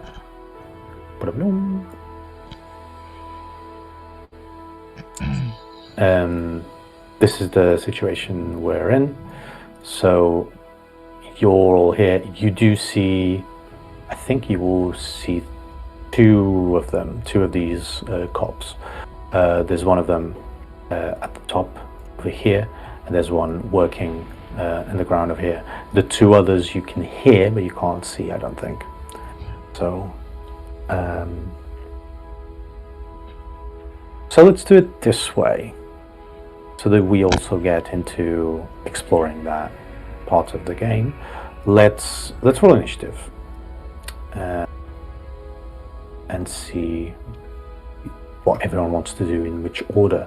I'm also going to run for them, although they will not act until they know they're in combat.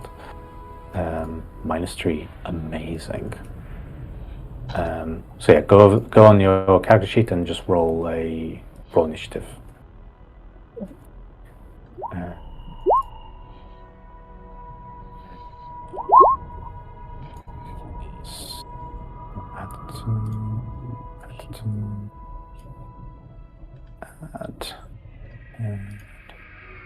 Add. Good. So I write Anis and then Hike. I'm just saying. Where is initiative under?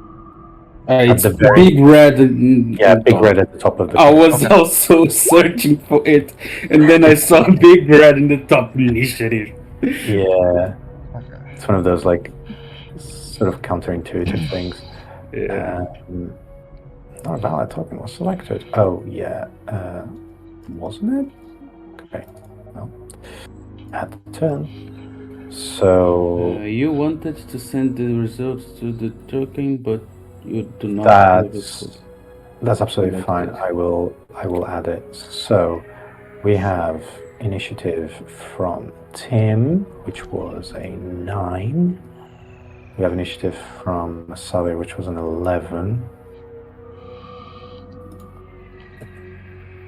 Everyone rolled pretty low, I'd say. And then a 12 for 24/7 for 12. That's good. And then a what did you 40 rolled an 11 as well. Amazing.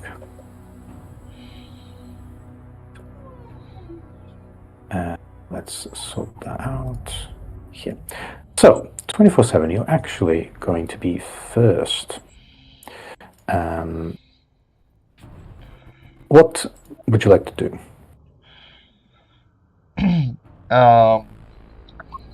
So on the map, the blacked out areas, is that because it's the shadow? Yes, that is your field of view, basically. So our 24/7 moves to the edge of the first corner, Yeah, go ahead. like right there. Feel free. And I make a sound to attract the first 30 pop towards me.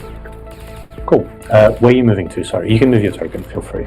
Okay. Up until your number, your move. I'm assuming you're carrying your. I'm just put him over there. Where'd he I'm go? assuming you're carrying the case. You're the one carrying the case, right? Yes. So I'll put you with a little symbol to know who's got the case and who doesn't. You make a sound. Great. Roll me an acting check. Or no, a persuasion check. I will roll a persuasion check.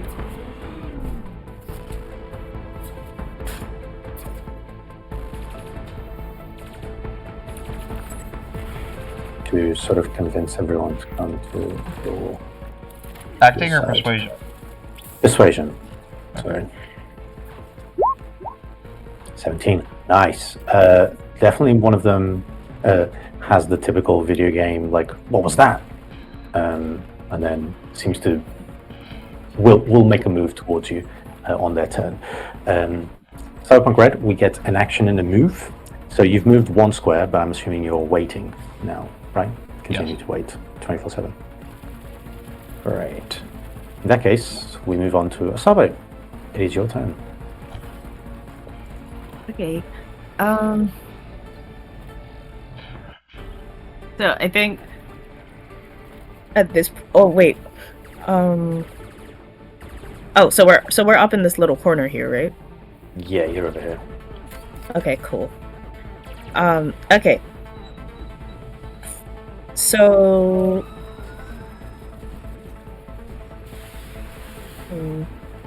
And where are we trying to get to? Are we just trying to move into the warehouse? Yeah. You got the impression from Dex that there is a specific place you should connect this to. But at the moment you haven't seen what that is yet. I have a question. Yeah. So there are cameras, right? So there were a lot of cameras. They were powered off. They were powered All of them off. seem to be powered off. Yeah. Okay. Okay. They seem to have been powered off for some reason. Okay. All right. So I think I finally get I understand that we're supposed to be trying to be sneaky, Mm-hmm. but I kind of find it annoying. So I'm going to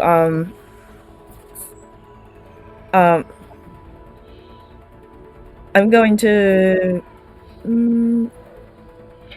actually, yeah, you know what? I'll try to stealth over to this. How do I ping? Right here? Oh. Ping here? You can grab your token and move it as well. Oh, okay, yeah. Nice. Yeah, I want to here, try to. Actually, I want to try to stealth over here. Roll me stealth, please. Okay. And that is. Come on. Yes, that is better. 18. Yeah, you managed to. That's good. Sorry, there's something going on here, which is wrong. Take that out. So yeah, you managed to like move in and get through some of, avoid some of the wandering eyes of these cops. One of them is sort of looking in your general vicinity of where you are, just because of the noise that 24/7 did. But you managed to like get yourself in there. Is there anything else you'd like to do with your turn? Can I make a silencer, or do I have one on me? I would say that you can try and grab some of like the bags of things in here. You can try and make one very quickly. It's like by MacGyvering your way through a silencer. That will be a weaponsmith roll, adding your maker. It's your own technique.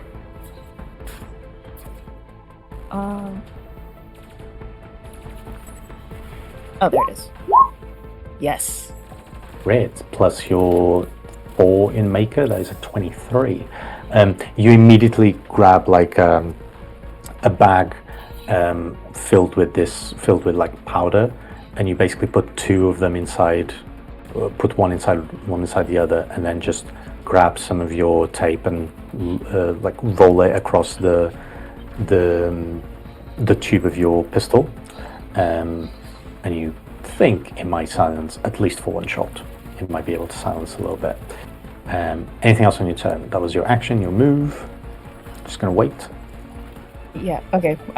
Then that'll be my move. I will stick my silencer onto my heavy pistol, and I'll wait it out.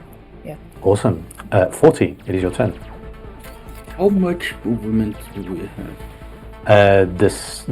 You should have a stat that is move. The number that is there is the number of squares you can move on your turn.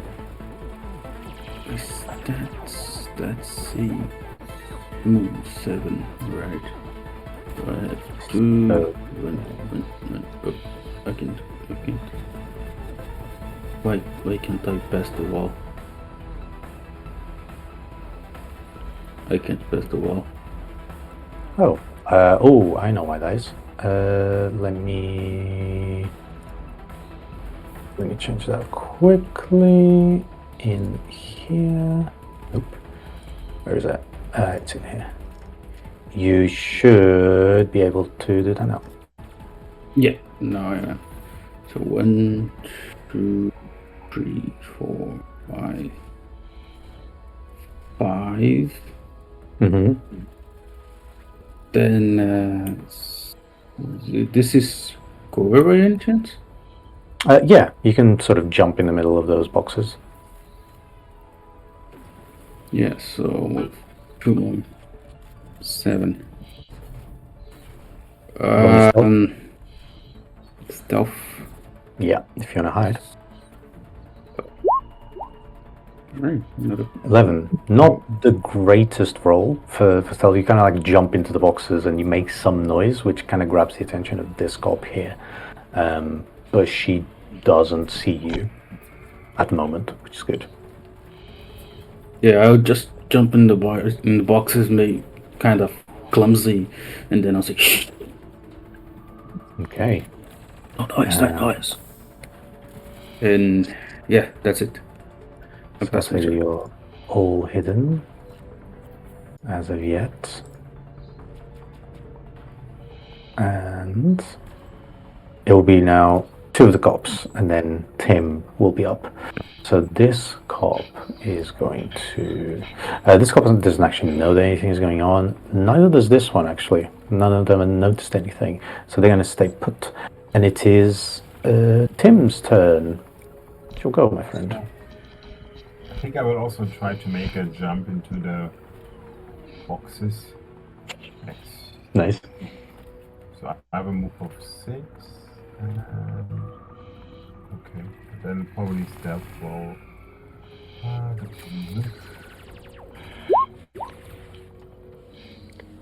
Stealth roll 13. Yeah, that's good enough. Above 10, where it's needed. So you want to go to these boxes as well? Yes, next to our... What is it? Yeah. Okay. Next to 14. Yeah. Nice. So you go in, jump, and just wait. Anything else on your turn? So Anis is going to move to 1, 2, 3, 4, kind of place themselves here, and they're going to look to see if they see anything, because they heard a noise. So he needs to beat an 11 is the number to beat, because it was the lowest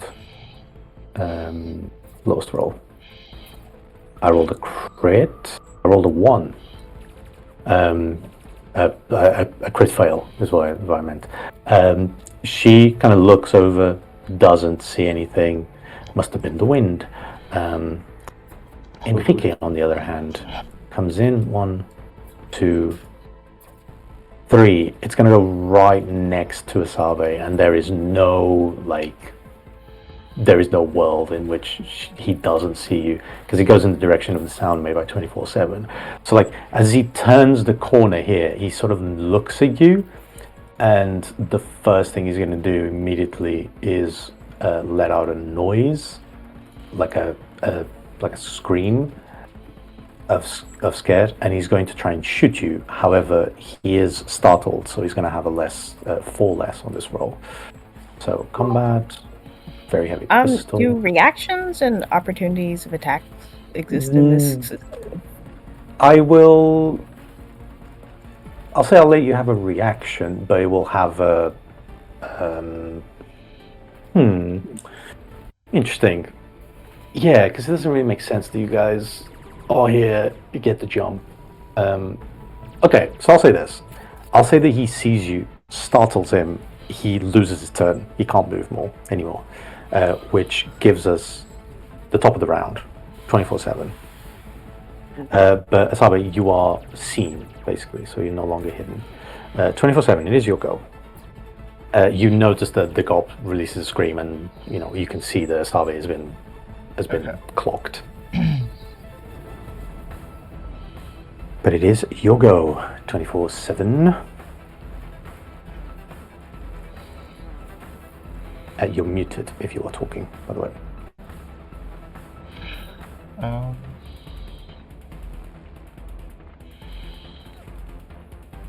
Cool. So I'm gonna move into attack or to assist Asabe. Nice. Are you attacking? Can I leave my piece here, or do I need to move it towards the dirty cop? No. You can. If you're attacking with a gun, then you can be far away. It's actually better to be further away. Great. So you move there.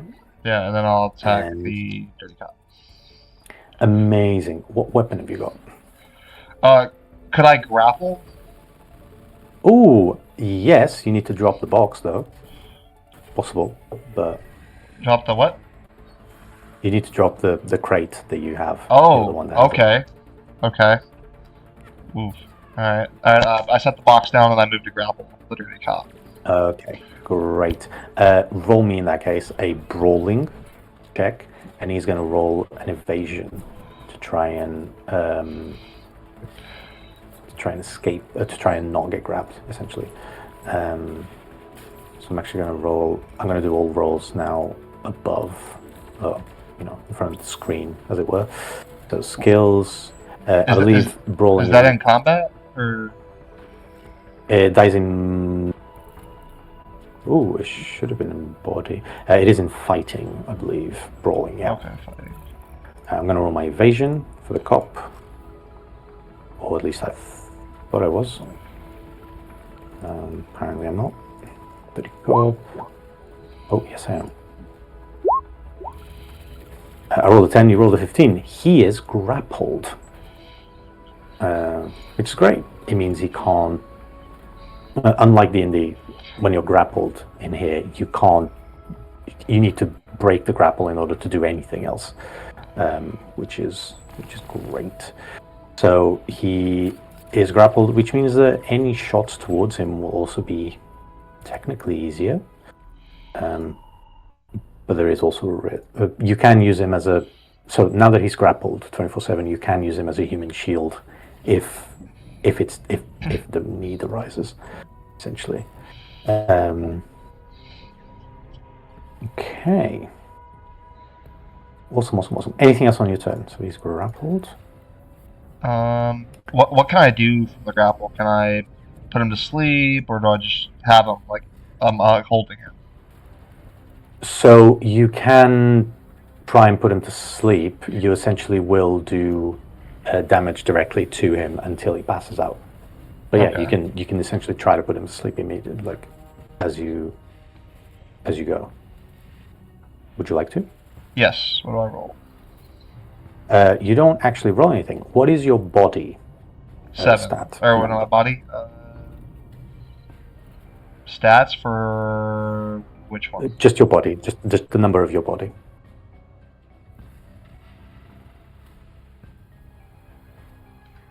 On your Okay. on your sheet, what is 5. 5? So you do 5 points of damage directly to him. It's pretty great. So that will be your action. Asabe, it is you. You see that this cop, this dirty cop, appears in front of you, gets startled, and immediately 24/7 puts him in a chokehold, and is just grabbing onto him. What would you like to do? Okay. So, out of character, 24/7, do you want to keep him to use him as a human shield? Because I'm probably just going to shoot him in the head. I mean, you can kill him. That's fine. I want to grab the ball again. So I would probably I would tell you to kill him if you can. But if she shoots him, is there a chance of hitting me? Unless it's a crit fail, I won't really do that. Okay. I feel like we're close enough, because if you're right next to me, then I could just put it right up against his head, right? Right. Yeah. Bang. Absolutely. Yeah. Go ahead, kill. Okay. So I'll just put it right up against his noggin, and bam. And This will I have my be- silencer on, by the way. Nice. This will be a cold shot. So essentially, what it is a +4 in difficulty, but if you hit, it's double the damage because it's straight to the head. Roll me, please, your weapon. Which weapon are you using? A gun? A pistol? Yeah, heavy pistol. So, Nice. Go for it. So you would have needed because the range is 0 to 6, you would have needed a 13, or in this case a 17 with +4. You rolled a 22 to hit, which is at the top, which means you do 28 points of damage. Jeez. Yeah, it's pretty crazy. 28 points of damage. You immediately place the silencer next to him, put the gun and shoot. Surprisingly enough, I will let you know, he isn't dead. He has 2 points of health left. He's not dead. He is dying. pretty quickly.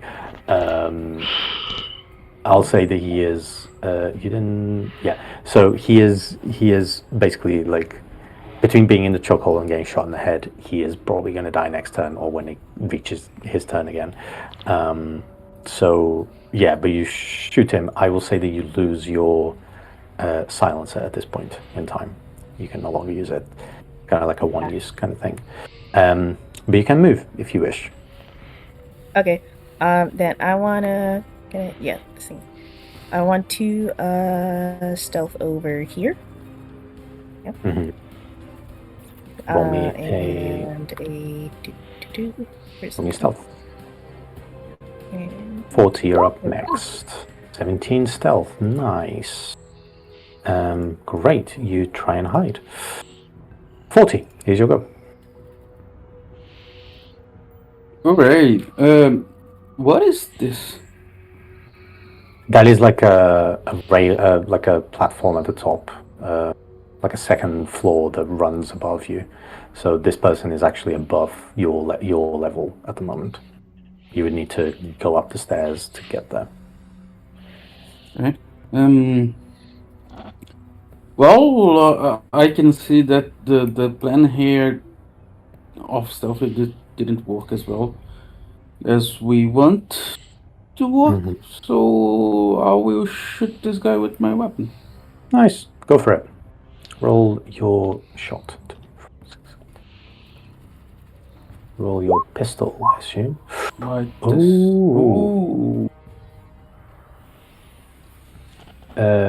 So is a 1, which means it's going to miss. I will say as you get up to shoot, the gun jams, so you'd have to spend a turn to basically unjam it. Okay, just start like pinching the weapon. Damn it. Yeah, and as that happens, you do notice that this cop immediately sort of sees you and starts calling the others because you kind of like left the position. Do you want to move? Yeah. I'll say run, and then I'll run here. Oops. Nice. It is Rex, so they have a move of only 4. Wow. 1, 2, 3, 4. This guy can't see anything. However, Carly can. As they move up, and they see you, 40, running towards them and trying to unjam the weapon, and they just move up close and they're gonna try and shoot you with their gun, with a very heavy pistol. So 16 to hit. You are at 2, 4, 6. You are at 6. I need to roll 13. I hit. 18 points of damage. However, in Cyberpunk, you have armor. Armor does its job. So on the combat tab, 40, you'll see that you have armor, Kevlar, body, and head. You should have a stopping power of 11, if I'm not mistaken. Yeah.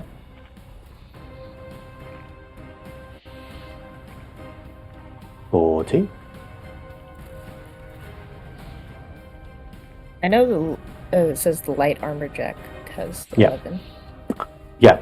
So 40, you have a stop power of 11, right? So what it essentially means is that this subtracts from the damage that I rolled, which was 18, which means you're only going to take 7 points of damage, but your armor is going to go down to 10 on your body. So just press the one arrow down. So next time it'll subtract a little bit more. Essentially, it got broken. The armor got broken, and it's now less effective, which is not good. And armor or body armor? Body armor. Body armor. All right. Body armor. Yeah. Amazing. Great. So, and you take 7 points of damage as well on top of that. Now, that is their turn. Pistol. Amazing. Let me just check. Pistol. Amazing. So, Tim, it is your go. You see now that this has all gone to tits up, and we're shooting. So I would move up to the. Who's this woman? Our woman. Which one? Yeah. Which one? That is 40. That is the rock Then I boy. would try to move as close to her as possible and then shoot this cop. Nice. So 1, 2, 3, 4, 5. What's your move? 6. 1, 2, 3, 4, 5, 6. Yes. What weapon have you got? Shoot it. Go for it. Mm-hmm. Let's see what we get. Amazing. And critical fail on your shotgun, unfortunately. It jams as well. Both of your weapons here are jammed. You need to spend a turn to take it out, which is unfortunate. Anis is going to try and move here. I'm going to try and shoot you, Tim.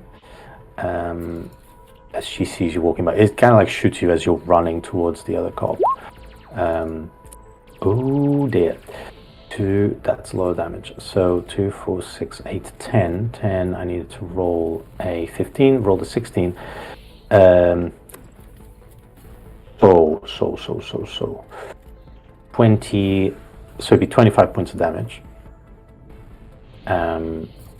However, you have a stoppage power of 11, so it's 14 points of damage, and your armor goes down to 10 on your body. Okay. Now, I need to. I also rolled I've also rolled 2 6s on the damage, which means I incur a critical injury on you. So let's just check how I can roll these critical injuries here.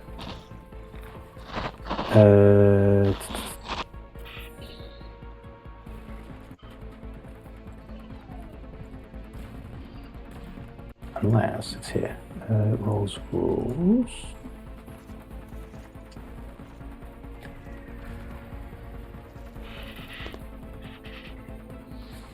Critical injuries, there we go. Right here.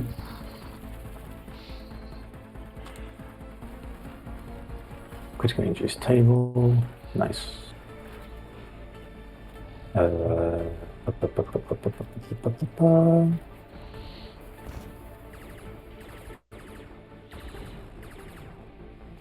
So I'm going to roll 2d6s to see what we get for the critical injuries. It was a 9. This shot that she shoots, kind of like you feel it coming into your right thigh, and you feel immediately your muscle being torn, your quad muscle being torn, which means you have -2 to melee attacks, but you can quick fix it. So you can, because you're a medic, you can just sort of make it work. But yeah, you are injured at the moment. So I have the minus this that didn't came through. How much? -2 on melee attacks. -2 melee attacks. Okay. So body armor SP. Great, so generous. Amazing. And then Enrique, I'm going to say Enrique is bleeding out, and he is in fact dead. Because it doesn't make much sense to take a shot to the head and survive, especially not in this game. So he is dead. 24/7. You feel the body that is in your arms go limp and dying, essentially, in your arms. Okay. What do you want to do? Obviously grab the bomb and Right. move to protect it. I guess move to cover. Yeah. As you walk in here, so now you have the bomb again. As you walk in here, you do see there is a sort of. Actually, Tim, for me a paramedics. I'm gonna say this. I'm gonna retcon a little bit.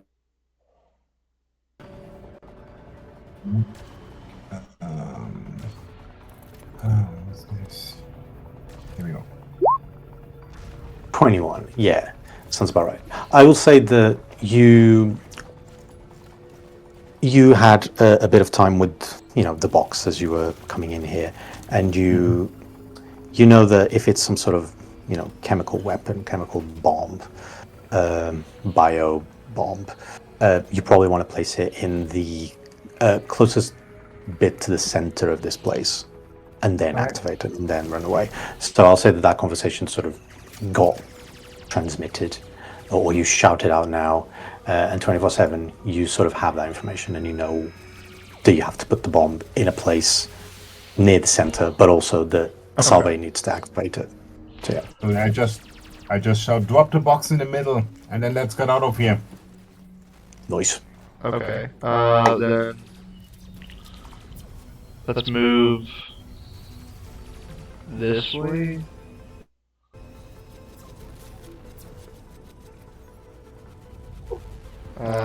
Maybe not. Maybe not. Maybe not. Something like take fire. Can I go back? Hey. Like here? Or should I just leave it? Yeah, I'll let you go there. Okay. No, you can, because I think you have enough moves to go there, see, oh shit, and then go back to behind the Salve. Yeah, I'll let you do that. I'll say that grabbing the box was your action as well, so that leaves us to Asabe. It is you, and then 40. It will be up to you. Asabe, you are currently hidden. Okay, so wait, where did we want the box again? Close-ish to the middle. So like Okay. here, roughly. Does the box have a timer on it? You don't know. You haven't actually connected to the box yet. You don't know how it actually works yet. Okay. I think I'm just gonna connect to it now. Great. Roll me in electronics and security tech, please. Okay. And come on. 18. I will say with a 20, I will let you have a little bit more information if you want to spend 2 points of luck.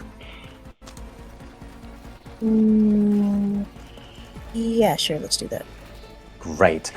You 24/7 comes up to you. You immediately take a cable out of your wrist and connect it to the box. You start accessing it. You do see that there are essentially 2 sets of timers you can put. There is a timer that is a minute, and there is a timer that is 5 minutes. There is also, you get the information of what this is.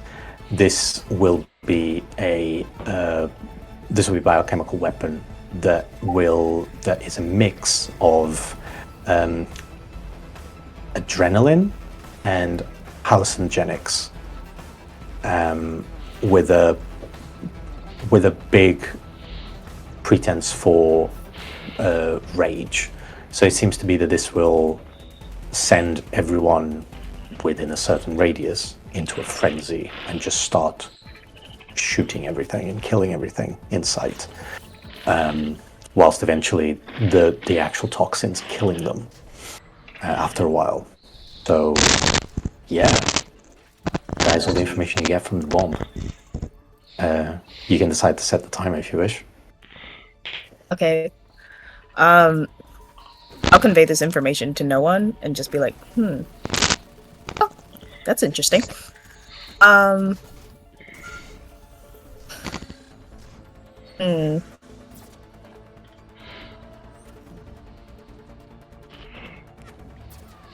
Okay. Out of character. Party.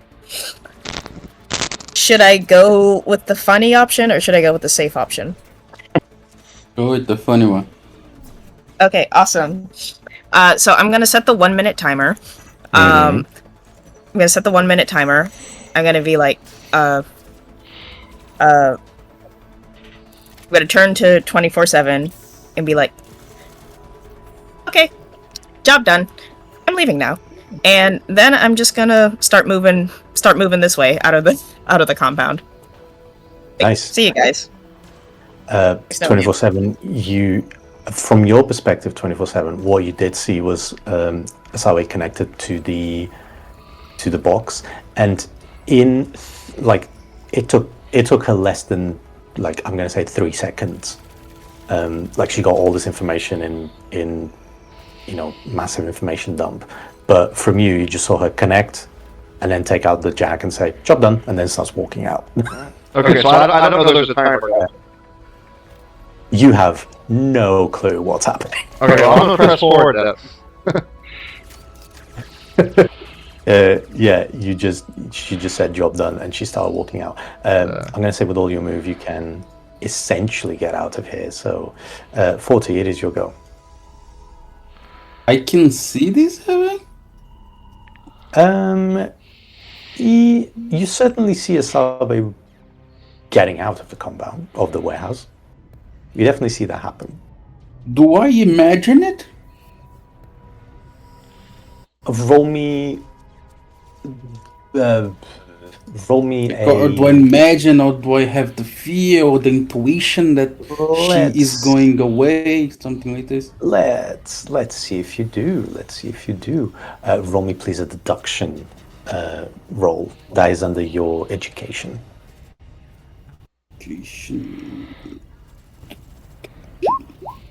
Well, nice try.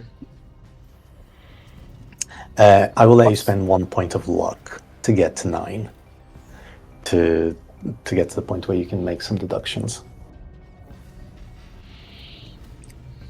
How do I do that?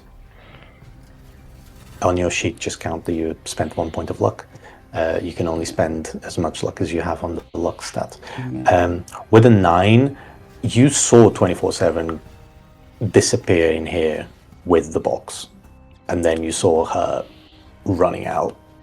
So it's not terrible assumption to make. Okay, I'll say this little witch, and then I will first shoot this guy. Your weapon is jammed. You need to unjam it. It is jammed.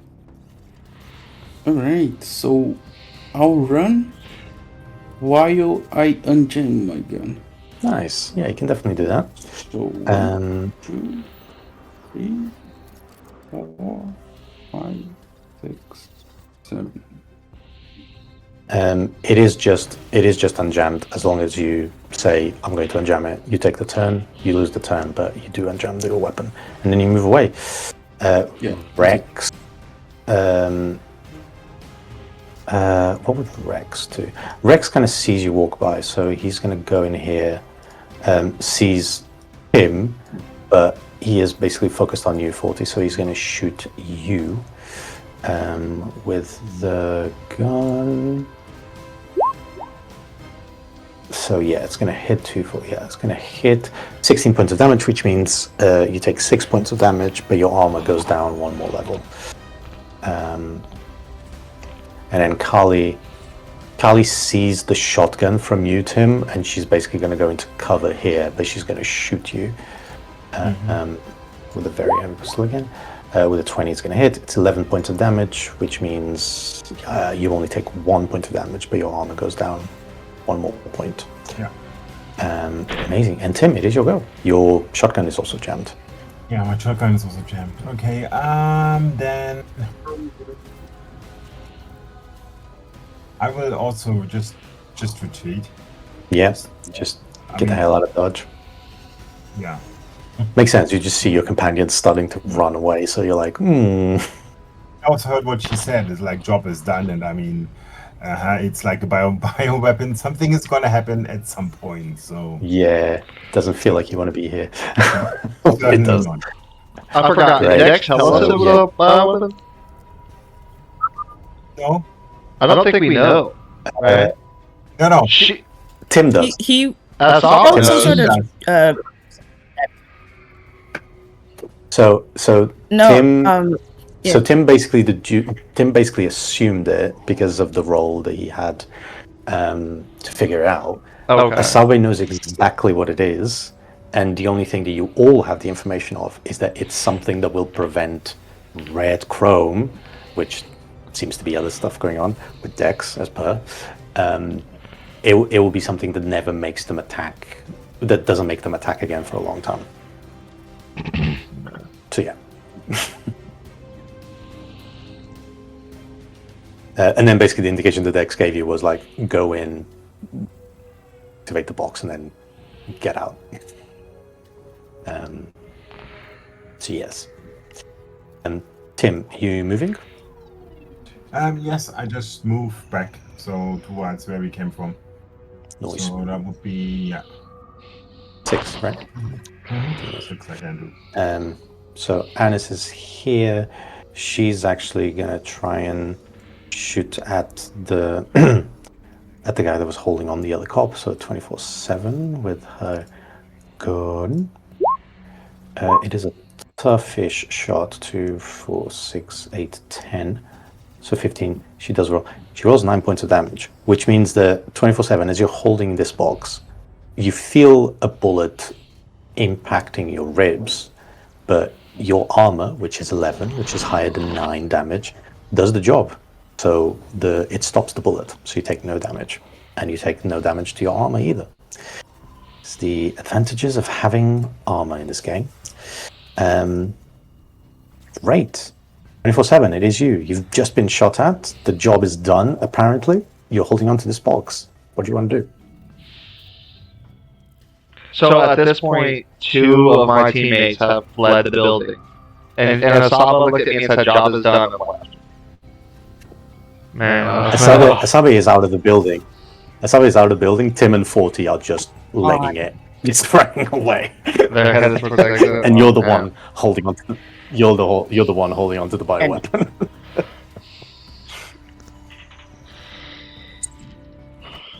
So what do you want to do? I don't know. So I could play the fool and I could keep going forward, or I could just run away too. Let's see. You could also just like chuck it. Yeah, roll a deduction. Let's see. Roll a deduction? Yeah. Okay. Let's let the dice decide.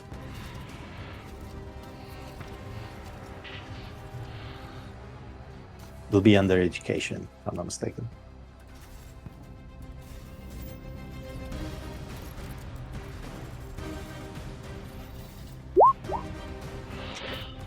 Yeah. Yeah, it's time to move. You can only assume that whatever it is that is inside here is gonna be turned on, and you have the feeling from the conversation from Dex that you don't really want to be here when it does. Okay. Then I'm going to hunt that sucker and run. That's my action. It's hunting. Nice. Yeah, you throw it like somewhere around here, which is nice because all of the cops are kind of moving in this direction, so they don't see the box that sort of ends up in here, and then you run away out of combat. Asabe, you continue to move. 40, move as well. 1, 2, 3, 4, 5, 6. I will say the Rex is definitely going to try and shoot. Rex and Kali will both take shots at Tim.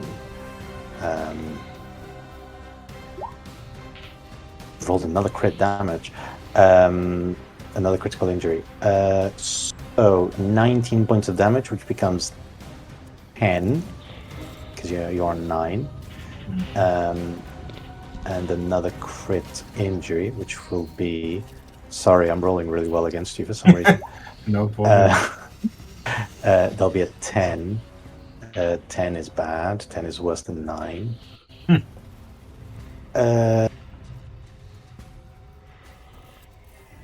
Amazing. As you're running away, you feel a bullet getting lodged in your spine. No. You have a spinal injury, which means next turn you cannot take an action. However, you can still move. It says here, which is good. And Okay, your that's the base, least I can run away. yep, your base death penalty is increased by 1. So whatever the number is there, you need to roll. I'll remember that if we get to that point. Mm-hmm. So after that, so that was Rex. So then Kali's going to try and shoot 2, 4, 6, 8, 10, 12, 14, 16, 18. She needs to roll above a 20 on this. And of course I rolled 21. Jeez. Okay. For 16 points of damage, of which you take 8, if my math is right. You had 8 of, yeah. You're on Okay. 2. You're on 2 I'm HP. on 2. I'm just holding on. You're just holding on. You get shot at twice, but you have a bullet lodged in your spine. All of your colleagues have run away. What do you want to do? Since I cannot stim myself anyway, I You will just cannot. run away as well. Yeah, nice. 2, 4, 1, 2, 3, 4, 5. As so- Dex would say, you can This go will out get in a us blaze back. of glory.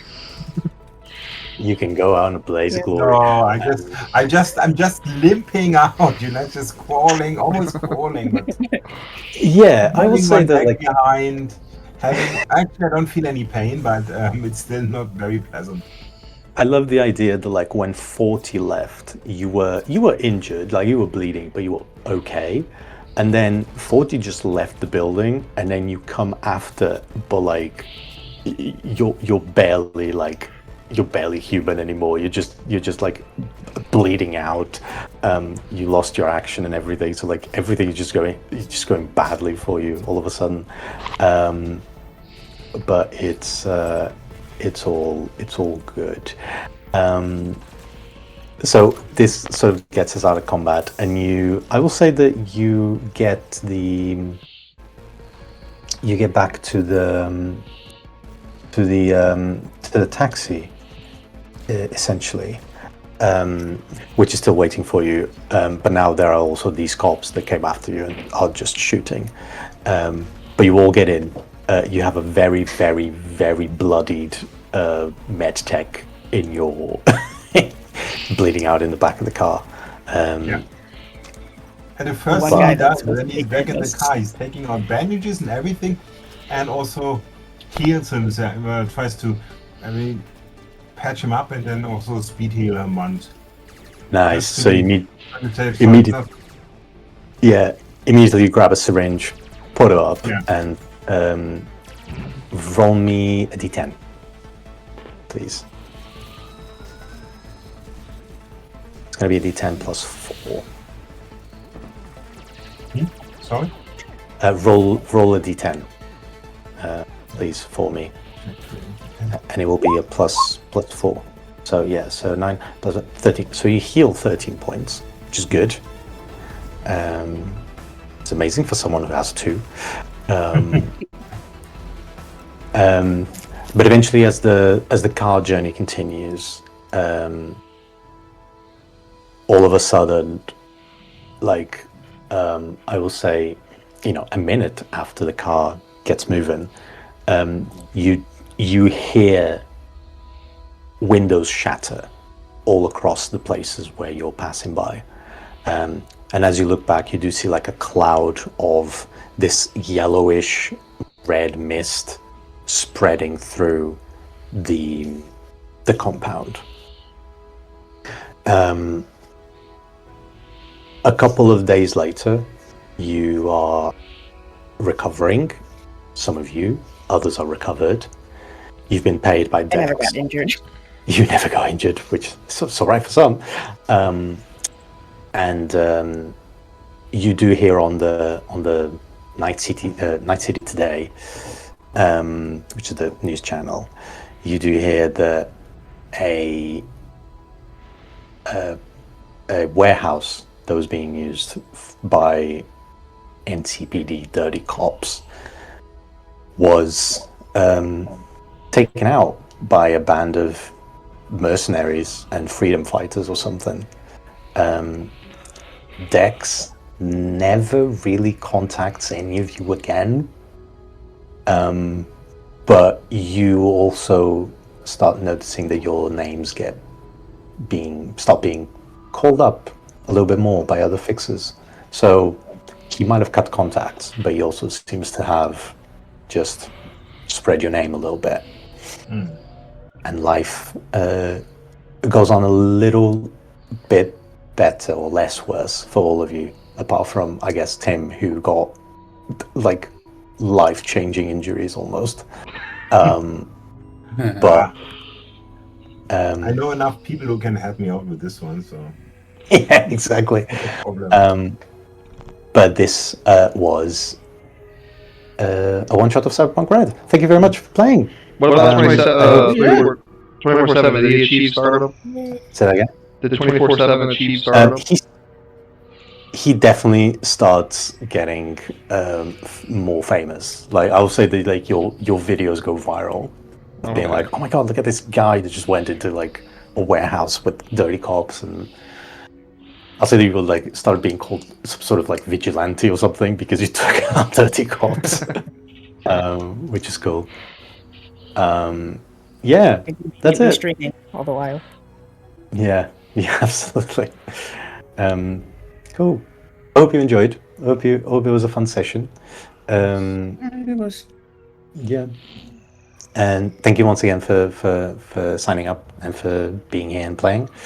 And yeah, I feel free to sort of hang around in the server. I will be posting like other sessions that I do, other systems, same system. I'm thinking of next year starting a Cyberpunk campaign, which is a whole other beast. Because we'll play with all, like, you can buy your cybernetics and you can create the character you want.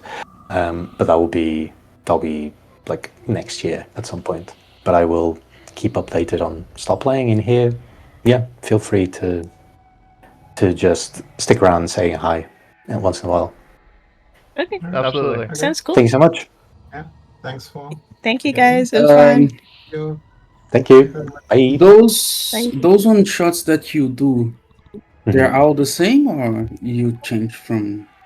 The one, well, for now they're all the same. So yeah, so this is the second time I've done this one shot. I will do next week a vampire one, which will be the same as the one we did last week.